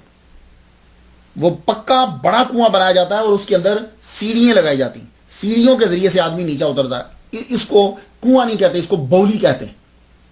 تو باولی کھودنے کا جب آرڈر دیا گیا، باولی کھود رہی تھی، تو آ کر مریدوں نے یہ کہا حضور وہ تو پانی تو کھارا نکل آیا ہے. آپ نے فرمایا اچھا. اس وقت جب آ کر اطلاع دی گئی تو اس وقت آپ سما سن رہے تھے. قرآن کی تلاوت اور سما، اس میں آپ فرمایا کرتے تھے کہ ایسی ایک گھڑی آتی ہے، ایسی کیفیت طاری ہو جاتی ہے، اس کیفیت میں عالم ملک، عالم ملکوت اور عالم جبروت سے انوار و احوال و آثار جو ہیں ارواح و قلوب اور جوارح پہ نازل ہوتے ہیں. اور اس حالت میں آدمی پر اللہ کا خاص کرم ہوتا ہے. تو ایسی ہی کیفیت کے اندر آپ کو اطلاع دے دی گئی کہ حضور پانی جو ہے نا وہ کھاری نکلا ہے، میٹھا نہیں. آپ نے فرمایا کاغذ قلم لاؤ. کاغذ قلم منگوا کر اس کے اوپر کچھ لکھا، لکھنے کے بعد فرمایا گیا ابھی کی ابھی جا کے ڈال دو اس کے اندر. ڈالا تو وہ پانی جو باولی جو کھدوائی گئی تھی اس کا پانی اللہ تعالیٰ نے میٹھا کر دیا. اللہ اکبر جل شان. تو پانی بھی یہاں اللہ نے دے دیا میٹھا. لنگر خانہ جو ہے وہ چل رہا ہے، کم از کم 3000 آدمی تو مستقل کھانا کھاتے ہیں وہاں. یہ لنگر کھانے میں اتنی برکت کیوں تھی؟ تو بڑی وجوہات ہوں گی. آپ تلاش کریں گے تو کچھ اور تلاش کر لیں گے. میں نے تلاش کی تو مجھے ڈاکٹر ظہور الحسن شارب کی کتاب کے اندر ایک بات ملی ہے مجھے، میں وہ یہاں کوٹ کرتا ہوں، آپ کے گوش گزار کرتا ہوں. ڈاکٹر نے زبردست بات لکھی ہے. اس نے ایک واقعہ لکھا ہے ڈاکٹر نے. مولانا وجیہ الدین پائلی رحمۃ اللہ علیہ کی ایک دفعہ کوئی روحانی مشکل جو ہے وہ پھنس گئی، اڑ گئے. اس روحانی مشکل کو حل کیا حضرت خضر علیہ السلام نے. جب خضر علیہ السلام نے حل کیا تو جب جانے لگے تو یہ پوچھنے لگے کہ آئندہ مجھے کچھ پرابلم ہو تو میں آپ کو کہاں ڈھونڈوں؟ تو کہنے لگے، سنیے جواب سنیے، کہنے لگے اب کہ مشکل ہو اور مجھے ڈھونڈنا ہو تو خواجہ نظام الدین کے باورچی خانے میں آ جانا، میں تجھے وہاں مل لوں گا. بس اس کے علاوہ مجھے برکت کے لیے اور کوئی دلیل دینے کی ضرورت نہیں کہ جس کے باورچی خانے کے اندر حضرت خضر علیہ السلام موجود ہوتے ہوں، اس باورچی خانے میں روٹی کی کیا کمی ہوگی بھائی؟ ولیوں پہ اعتراض کرنے والوں کچھ. اور ایک بات آج ابھی میرے سننے والوں کو میں فری میں دیتا ہوں. حج جب ہوتا ہے نا تو سب سے زیادہ پانی زمزم کون پیتا ہے؟ خضر علیہ السلام. خضر علیہ السلام اس پانی کے دیوانے ہیں. اس پانی میں برکت کی ایک وجہ یہ بھی ہے. اور میرے نبی جب دنیا سے رخصت ہوئے تھے تو جو سب سے زیادہ رو رہا تھا، لوگوں کو پتہ نہیں چل رہا تھا یہ کون ہے، بعد میں عقدہ کھلا کہ یہ حضرت خضر علیہ السلام ہے. کچھ بات سمجھ میں آ گئی آپ کو؟ تو خضر علیہ السلام خواجہ نظام الدین اولیاء رحمۃ اللہ کے باورچی خانے کے اندر ہوتے.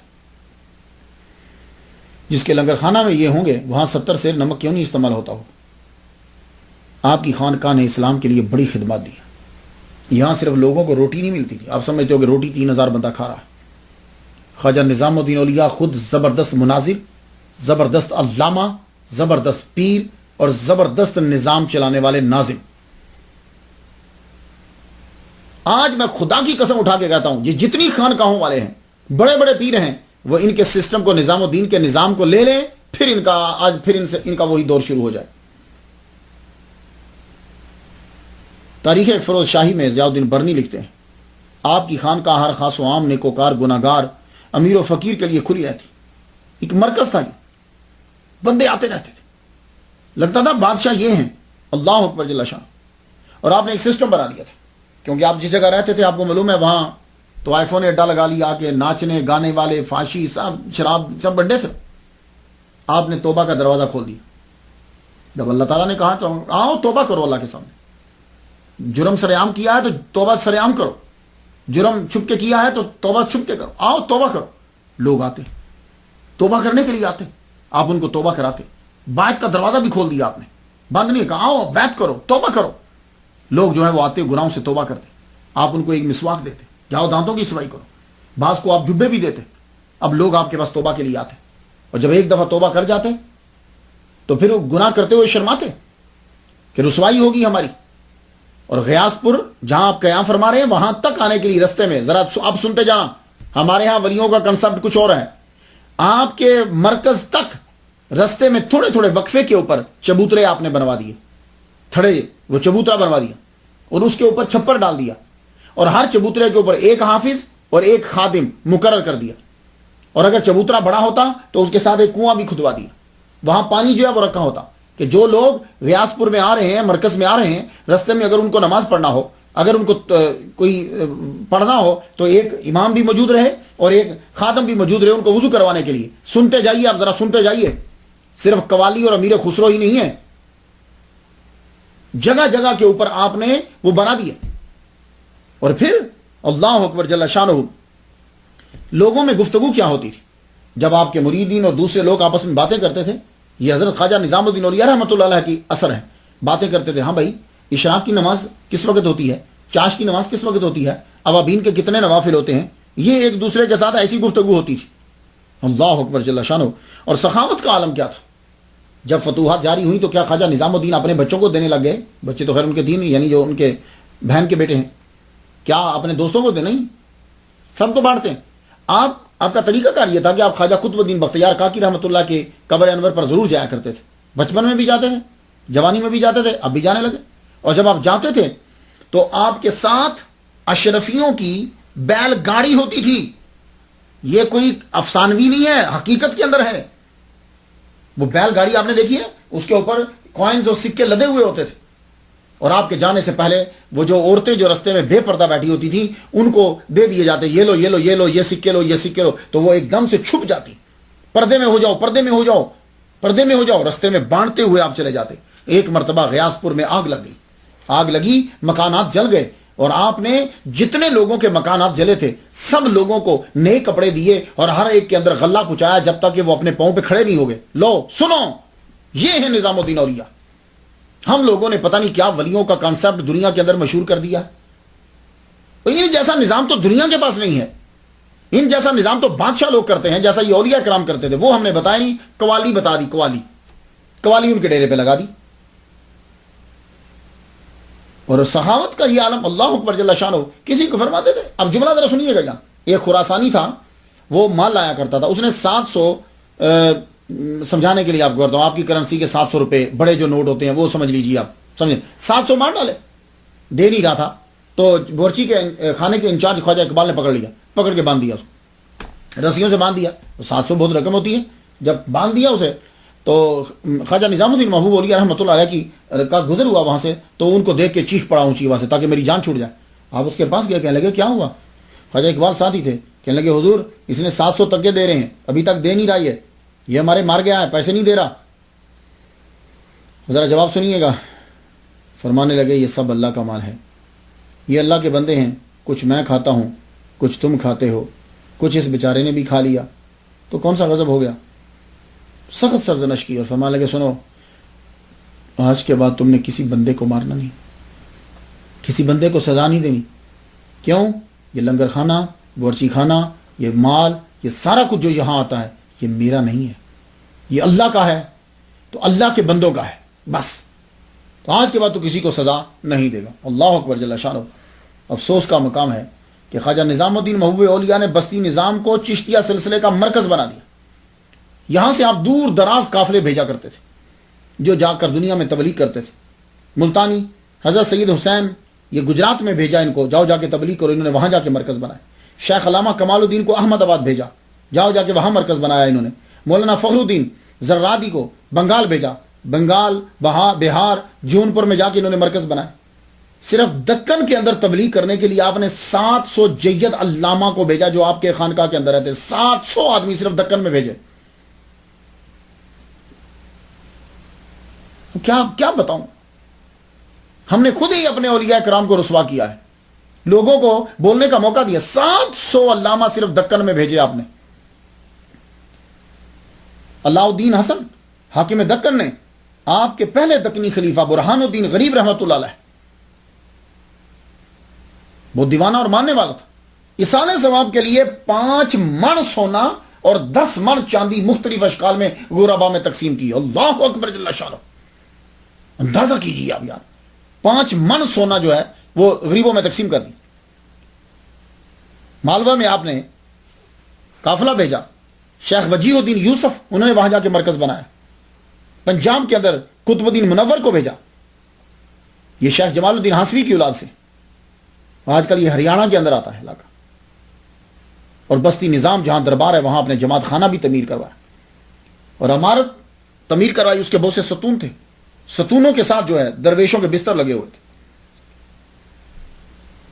اور یہی خلفاء بیٹھتے تھے اور اپنی اپنی عبادت کرتے تھے. ستون کے ساتھ ہر ایک ستون تھا. عام مسافر کو صرف 10 دن رہنے کی اجازت تھی، 10 دن وہ رہ سکتا تھا، باقی کچھ جو ہے وہ وہاں مستقل رہتے تھے. جماعت خانہ کھچا کھچ بھرا رہتا تھا، لوگ آتے جاتے، اور ایک توشہ خانہ بھی بنوا رکھا تھا جس میں مہمان جا کے چارپائیاں ان کے لیے بچھی ہوئی تھی، وہاں جا کے وہ رہتے تھے. بسترے تھے، رضائیاں تھیں. اور کبھی کبھی ایسا ہوتا کہ سردیوں کے اندر مجمع بڑھ جاتا تو آپ نے اون کا ایک لمبا سا کمبل بنوایا ہوا تھا جس کے اندر کم از کم 10 آدمی سو جاتے تھے. تو جب مجمع بڑھ جاتا تو آپ وہ کمبل بھیج دیتے. یہ سب سنتے جائیے ذرا، خدا کے لیے اس کرامت سے ہٹ کر یہ بھی ذرا سنیے. مسجد بھی تھی، کتب خانہ بھی تھا، مختلف حجرے بنوائے ہوئے تھے. ایک حجرہ ہے وہ صرف کھجوروں کے لیے، وہاں سب کھجوریں جمع ہوتی. ایک ہے اس میں اناج ہے، ایک حجرہ ہے اس میں صرف مسالہ بھرا ہوا ہے. بھاری بھاری چیزیں اور اناج منگوائے جاتے. اور معلوم ہے کہاں سے آتے؟ خواجہ نظام الدین کے لنگر خانے کا مال چلانے کے لیے، اللہ اکبر جل شانہ، سسٹم کو چلانے کے لیے افغانستان سے، خراسان سے تاجر جو ہے وہ مال لے کر آتے اور مال دیتے ان کو. اللہ اکبر جل شانہ. پوری دنیا ان کے در پہ کھاتی. تو ہونا یہ چاہیے تھا کہ آج بھی یہ سلسلہ جاری ہوتا، یہاں سے مرکز بنتا اور یہاں سے قافلے نکلتے. لیکن ہوا کیا کہ خواجہ نظام الدین اولیاء رحمۃ اللہ علیہ کے سامنے ہی تبلیغی جماعت کا مرکز ہے. دیکھیے اب اس مرکز سے لوگ نکلتے ہیں اور آپ سن کر حیران ہوں گے کہ یہ جو خواجہ نظام الدین اولیاء رحمۃ اللہ علیہ کا دربار ہے، اس کے سامنے ہی تبلیغی جماعت کا آغاز ہوا، یہیں سے، بستی نظام الدین سے. یہ جو تبلیغی جماعت پوری دنیا میں مشہور ہے نا، یہ وہیں سے اس کا آغاز ہوا. تو مرکز تو ہونا چاہیے تھا کہ خواجہ کے دربار سے چلتا، لیکن ان کے سامنے مسجد بنگلہ، وہ بنگلے والی مسجد جو ہے اسے مرکز بنایا اور وہاں جو ہے وہ سلسلہ پھر آگے چل پڑا. یہ میرے پاس بہت پرانی کتاب ہے، یہ ذرا دیکھیے گا. یہ اب آپ کو نہیں ملے گی، اس کا نام ہے تبلیغی نصاب. یہ اب آپ کو نہیں ملے گی، یہ 100 سال پرانی کتاب ہے میرے پاس، میری لائبریری میں ہے. اب جو آپ کو کتاب ملے گی وہ ملے گی فضائل اعمال. اس کا نام چینج ہو گیا. اس کتاب کے 1 2 یہ آپ آئیں گے تو یہ ایک پنہ ہے، تبلیغی تحریک کی مختصر تاریخ. دیکھ رہے ہیں آپ؟ اس کے نیچے جب آپ پڑھیں گے تو یہ دینی تحریک جس کا دائرہ اب دنیا کے تقریباً اکثر ملکوں تک پہنچ گیا ہے اور لاکھوں انسانوں کو اس کے ذریعے اللہ تعالیٰ نے شوق عمل، روزہ نماز کی پابندی کی توفیق بخشی ہے. اس کا آغاز کسی باقاعدہ تحریک کے طور پر نہیں ہوا تھا، بلکہ اس کے بانی حضرت مولانا محمد الیاس صاحب کے والد مولانا محمد اسماعیل صاحب نے بستی حضرت نظام الدین کی ایک چھوٹی سی مسجد بنگلے والی میں ایک مکتب شروع کیا جس میں چند میواتی لڑکے پڑھتے تھے۔ ان لڑکوں کے ذریعے بہت سے میواتی بھی حضرت مولانا سے قریب ہوئے اور عقیدت مندی کا تعلق قائم ہو گیا۔ یہ ہے بستی نظام الدین سے آغاز ہوا ہے یہ تبلیغی جماعت کا، اور پھر یہ چلتے چلتے سلسلہ جو ہے وہ گشت شروع ہو گئے۔ پھر یہ کہتے ہیں کہ مولانا کی تمنا تھی کہ ہندوستان میں کام ذرا جم جائے تو اس کو عربوں میں شروع کیا جائے۔ چنانچہ 1938 میں مولانا احتشام الحسن صاحب اور چند ساتھیوں کو لے کر حج کا سفر کیا۔ وہاں سلطان سے ملاقات کی، یعنی جو سعودی عرب کا بادشاہ تھا اس سے ملاقات کی۔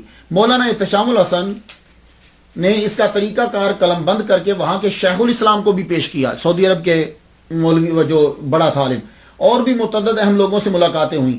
وہاں سے واپسی پر مولانا کام کی رفتار تیز کر دی اور اس عوامی کام میں علماء کے لگنے کی شدید ضرورت جو ہے وہ محسوس کی۔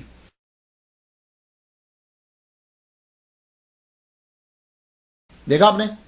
تو چاہیے یہ جو حضرت خواجہ نظام الدین اولیاء رحمۃ اللہ علیہ نے سلسلہ شروع کیا تھا وہ سلسلہ تبلیغی جماعت نے پھر شروع کر لیا۔ اب آپ دیکھیے کہ جو نظام الدین کو نہیں مانتے وہ نظام الدین کے نظام کو منا رہے ہیں اور چلا رہے ہیں۔ اب وہاں جھمگٹا لگا رہتا ہے، جو بہت بڑی اب تو بلڈنگ بن گئی ہے، آپ اگر جائیں تو دیکھیں بہت بڑی، یہ بنگلے والی مسجد اب بہت بڑی بلڈنگ وہاں بن گئی۔ لوگ جو ہیں وہ آتے جاتے، قافلے آتے جاتے رہتے ہیں۔ تو جو کام ہم نے کرنا تھا وہ انہوں نے شروع کر دیا، تو آپ اعتراض کیوں کرتے ہو ان کے اوپر؟ کیوں تبلیغی جماعت کو برا بھلا کہتے؟ بھائی انہوں نے وہی کچھ کیا جو خواجہ نظام الدین کیا کر گئے، تو ہمیں چاہیے تھا نا کہ ہم ان پر عمل کرتے، لیکن اب کچھ سلسلہ شروع کیا ہے ان کا، جیسے یہ دعوت اسلامی والے ہیں، یہ وہ قافلے بنا کر لے کے جاتے ہیں، بھیجتے ہیں۔ تو ہمیں اب ضرورت ہے کہ خواجہ نظام الدین کے نظام کو پھر سے چلایا جائے۔ اللہ اکبر جل شانہ۔ نظام الملت والاولیاء نے توبہ پر زور دیا، کیونکہ سارے معاشرے میں خرابی آ چکی تھی۔ بیعت کا دروازہ کھول دیا، آپ نے سب کو نماز پر لگا دیا۔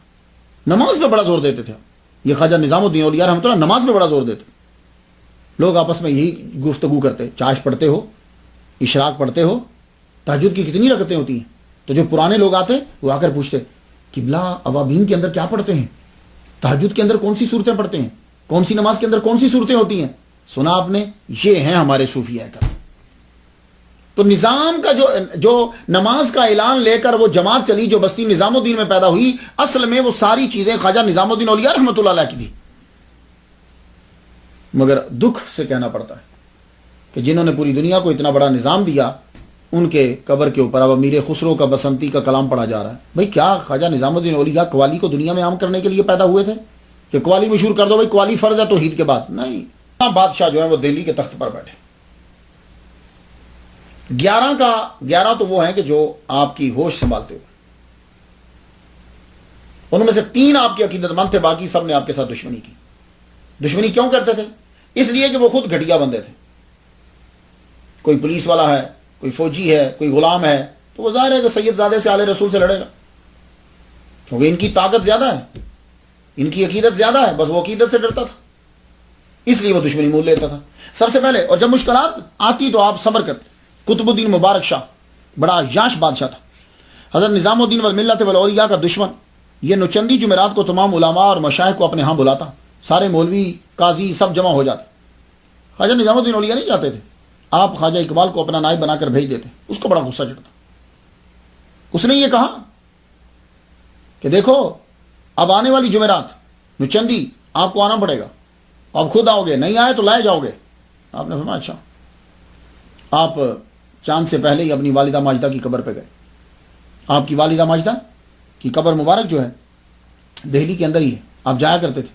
اب وہ مائی صاحبہ کے نام سے، درگاہ مائی صاحبہ کے نام سے مشہور ہے، آپ جائیں گے تو گلیاں تو تنگ ہیں، مزار بڑا خوبصورت بنا ہوا ہے، میلہ لگتا ہے، باقاعدہ قوالی ہوتی ہیں، لوگ آتے ہیں، ایک گروپ ہے وہ جھنڈے لے کر آتا ہے، ہر ایک کے پاس جھنڈے ہوتے ہیں، تو وہ جھنڈے کیا ہوتے ہیں، وہ پھر لا کر جھنڈے بی بی صاحبہ کے قدموں پہ لگاتے ہیں، ہر ایک بندہ جھنڈا لگاتا ہے، وہ جو جھنڈے کو مس کرتا ہے، پھر ان کی ایک اپنی عقیدت ہے، پھر اس کے بعد وہ فاتحہ پڑھتے ہیں، السلام علیکم بھی بولتے ہیں، پھر اس کے بعد نعرہ پنجتنی جو ہے وہ لگتا ہے۔ تو یہاں سکھ بھی آتے ہیں، عورتیں بھی آتی ہیں، مزار جو ہے وہ آپ کا بڑا بہت خوبصورت ہے، تو جگہ تو تنگ ہو گئی ہیں لیکن مزار آپ کا بڑا خوبصورت ہے۔ تو نظام الدین اولیاء رحمۃ اللہ علیہ جو ہیں وہ بھی جاتے، آپ پہلے چلے گئے اور جا کے فاتحہ پڑھی، فاتحہ پڑھنے کے بعد والدہ ماجدہ کی روح سے قوت طلب کی کہ آپ جو ہے ہمیں حوصلہ دیجیے، قوت دیجیے. اس کے بعد واپس تشریف لائے. اب جب واپس آئے تو لوگوں نے کہا حضور بادشاہ ہے، اس سے ٹکر لینا اچھی بات نہیں ہے، آپ چھوڑیے چلے جائیے. فرمانے لگے نہیں، ہم نے خواب دیکھا ہے کہ ایک جانور نے ہمارے اوپر حملہ کیا، ہم نے اس کے سینگ پکڑ کر اس کو زمین پر پٹک دیا، اور اس کی تعبیر یہی ہے کہ یہ ہم تک نہیں پہنچ پائے. وہی ہوا. آپ نماز میں مشغول ہو گئے. اسی رات جس رات اس نے بلانا تھا، اسی رات اسے خسرو خان نے قتل کر دیا. بادشاہ مر گئے. اس کے بعد غیاث الدین تغلق کا دور آتا ہے. یہ غیاث الدین تغلق کا نام اصل میں غازی ملک ہے. یہ غازی ملک اس کا نام تھا. خاندان علائی کی حکومت میں امیر تھا. یہ دیپال پور کی چوکیوں کے اوپر اس کی حکومت تھی. اب یہ وہاں سے اس نے خسرو خان کا مقابلہ کیا، وہ قتل ہو گیا، اور خود یہ غازی ملک غیاث الدین تغلق کے نام سے مشہور ہوا. یہ پہلا بادشاہ بنا تغلق. اب جب یہ بنا تو اس نے بھی آل رسول سید نظام الدین والملت والاولیاء سے دشمنی مولی. کیوں؟ سپاہی جو تھا معمولی سا، تو جتنا یہ تھا اتنا ہی دماغ ہوگا نا. تو اب آل رسول سے تو ٹکر لے گا. تو غازی ملک جو غیاث الدین تغلق کے نام سے مشہور ہوا، اب اس نے ٹکر لی. سب سے پہلے اس نے کیا کیا؟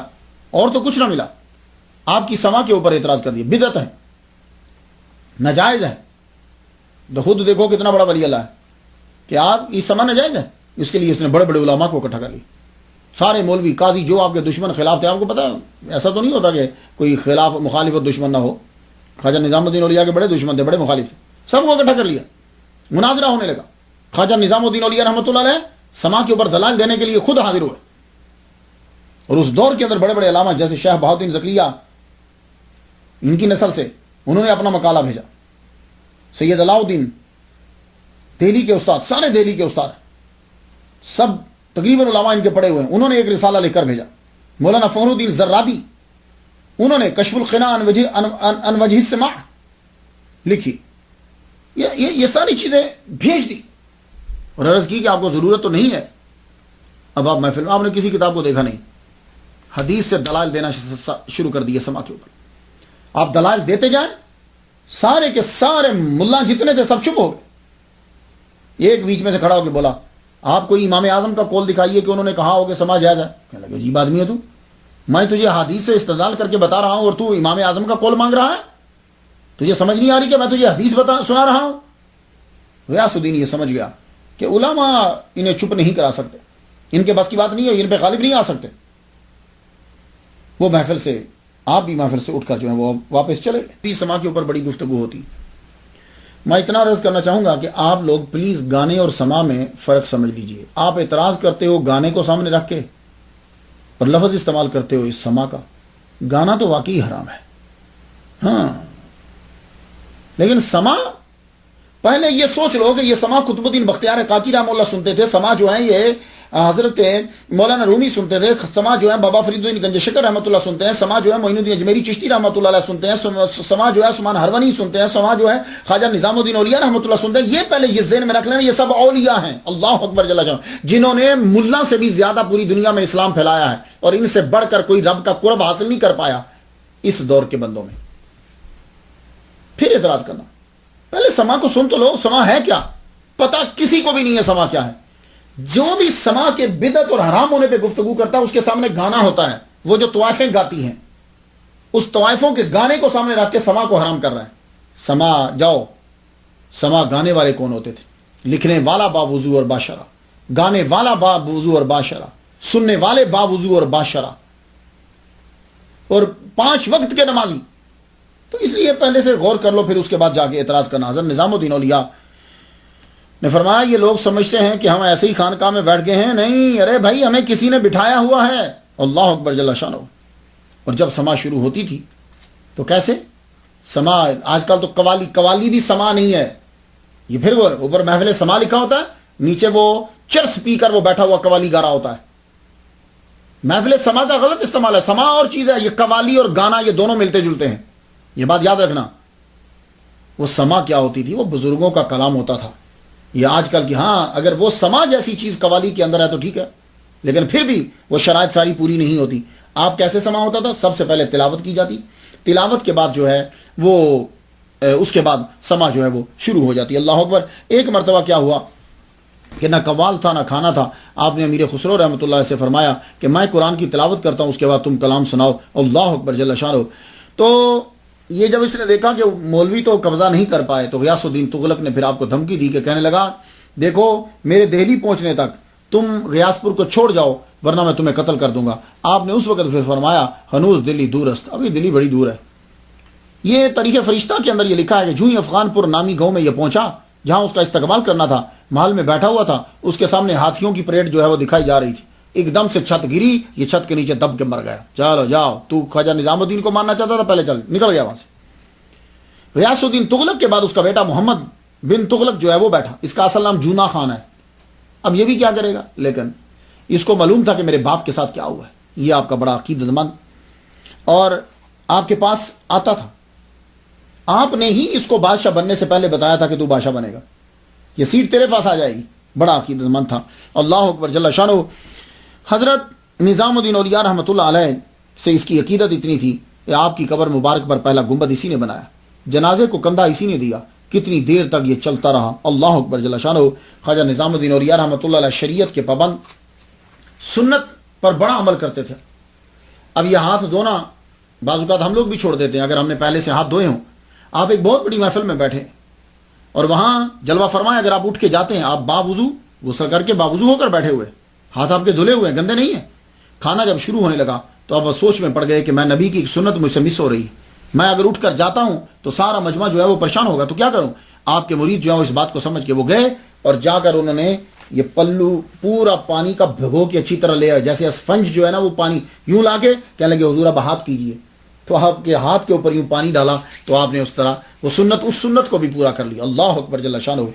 اس دنیا کے اوپر آپ نے 87 سال جو ہے وہ عمر گزاری، جہان کو روشن کیا. آخری ایام کے اندر آپ کھانا بہت کم کھاتے، تقریباً 4 ماہ جو ہے وہ آپ علیل رہے، اور جو 40 دن آپ کے آخری ہیں دنیا سے جانے سے پہلے تب تو آپ نے کھانا بالکل ہی ختم کر دیا. اور 40 دنوں کے اندر معمولات سے ذرا ہٹ کر طریقہ شروع ہو گئے. آپ ہر وقت روتے رہتے، نماز ایک نماز کو 2 3 بار پڑھتے آپ. اللہ اکبر جل شان. تو شیخ رکن الدین ملتانی عیادت کے لیے ان سے یہ کہنے لگے ہر شب حضور صلی اللہ علیہ وسلم کی زیارت ہوتی ہے، جلدی آؤ، جلدی سے آؤ، ہمارے پاس آ کر آرام کرو. اللہ اکبر. آپ کی اپنی اولاد تو کوئی نہ تھی، آپ کی بہن کی اولاد تھی، انہیں آپ نے بچوں کی طرح پالا تھا. وہی ہندوستان میں آپ کے جانشین سمجھے جاتے ہیں. ان میں سے ایک مشہور نام آج کے دور میں خواہر زادہ خواجہ حسن نظامی، یہ ہیں، بہت مشہور نام ہے، یہ آپ نے کتابوں میں بھی دیکھا ہوگا. تو یہ جو ہیں یہ اب ان کی اولاد جو ہے وہ چل رہی ہے. ویسے تو بہت سے زیادہ نشینی کا دعویٰ 4 خاندانوں نے کیا، لیکن یہ زیادہ تر مشہور ہیں. اور ایک وجہ یہ بھی ہے کہ یہ ان کے خون ایک لحاظ سے خون ہی بنا، کیونکہ بہن کے بچے ہیں. بدھ کے دن صبح 7 بجے خواجہ نظام الدین محبوب اولیاء رحمۃ اللہ علیہ کا وصال ہو گیا. اب قبر کی جگہ تعین کرنا تھی کہ قبر آپ کی کہاں بنائی جائے.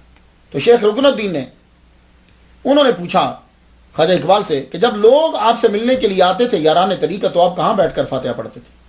کہ لگی وہ جو نارنگی کا درخت ہے نا وہاں بیٹھ کر فاتحہ پڑھتے تھے. فرمانے لگے اچھا وہیں قبر جو ہے وہ بنائی جائے. وہاں قبر جو ہے وہ کھودی گئی. جنازہ شیخ رکن الدین ملتانی رحمۃ اللہ علیہ نے پڑھا ہے. جنازہ پڑھانے کے بعد چراغ دہلوی رحمۃ اللہ علیہ نے اور شیخ رکن الدین ان دونوں نے پکڑ کر آپ کا جسد انور جو ہے وہ قبر کے اندر لحد کے اندر جو ہے وہ اتار دیا. اللہ اکبر جل شانہ. اب یہاں ایک بات عرض کرتا جاؤں کہ کچھ تبرکات چلتے آ رہے تھے.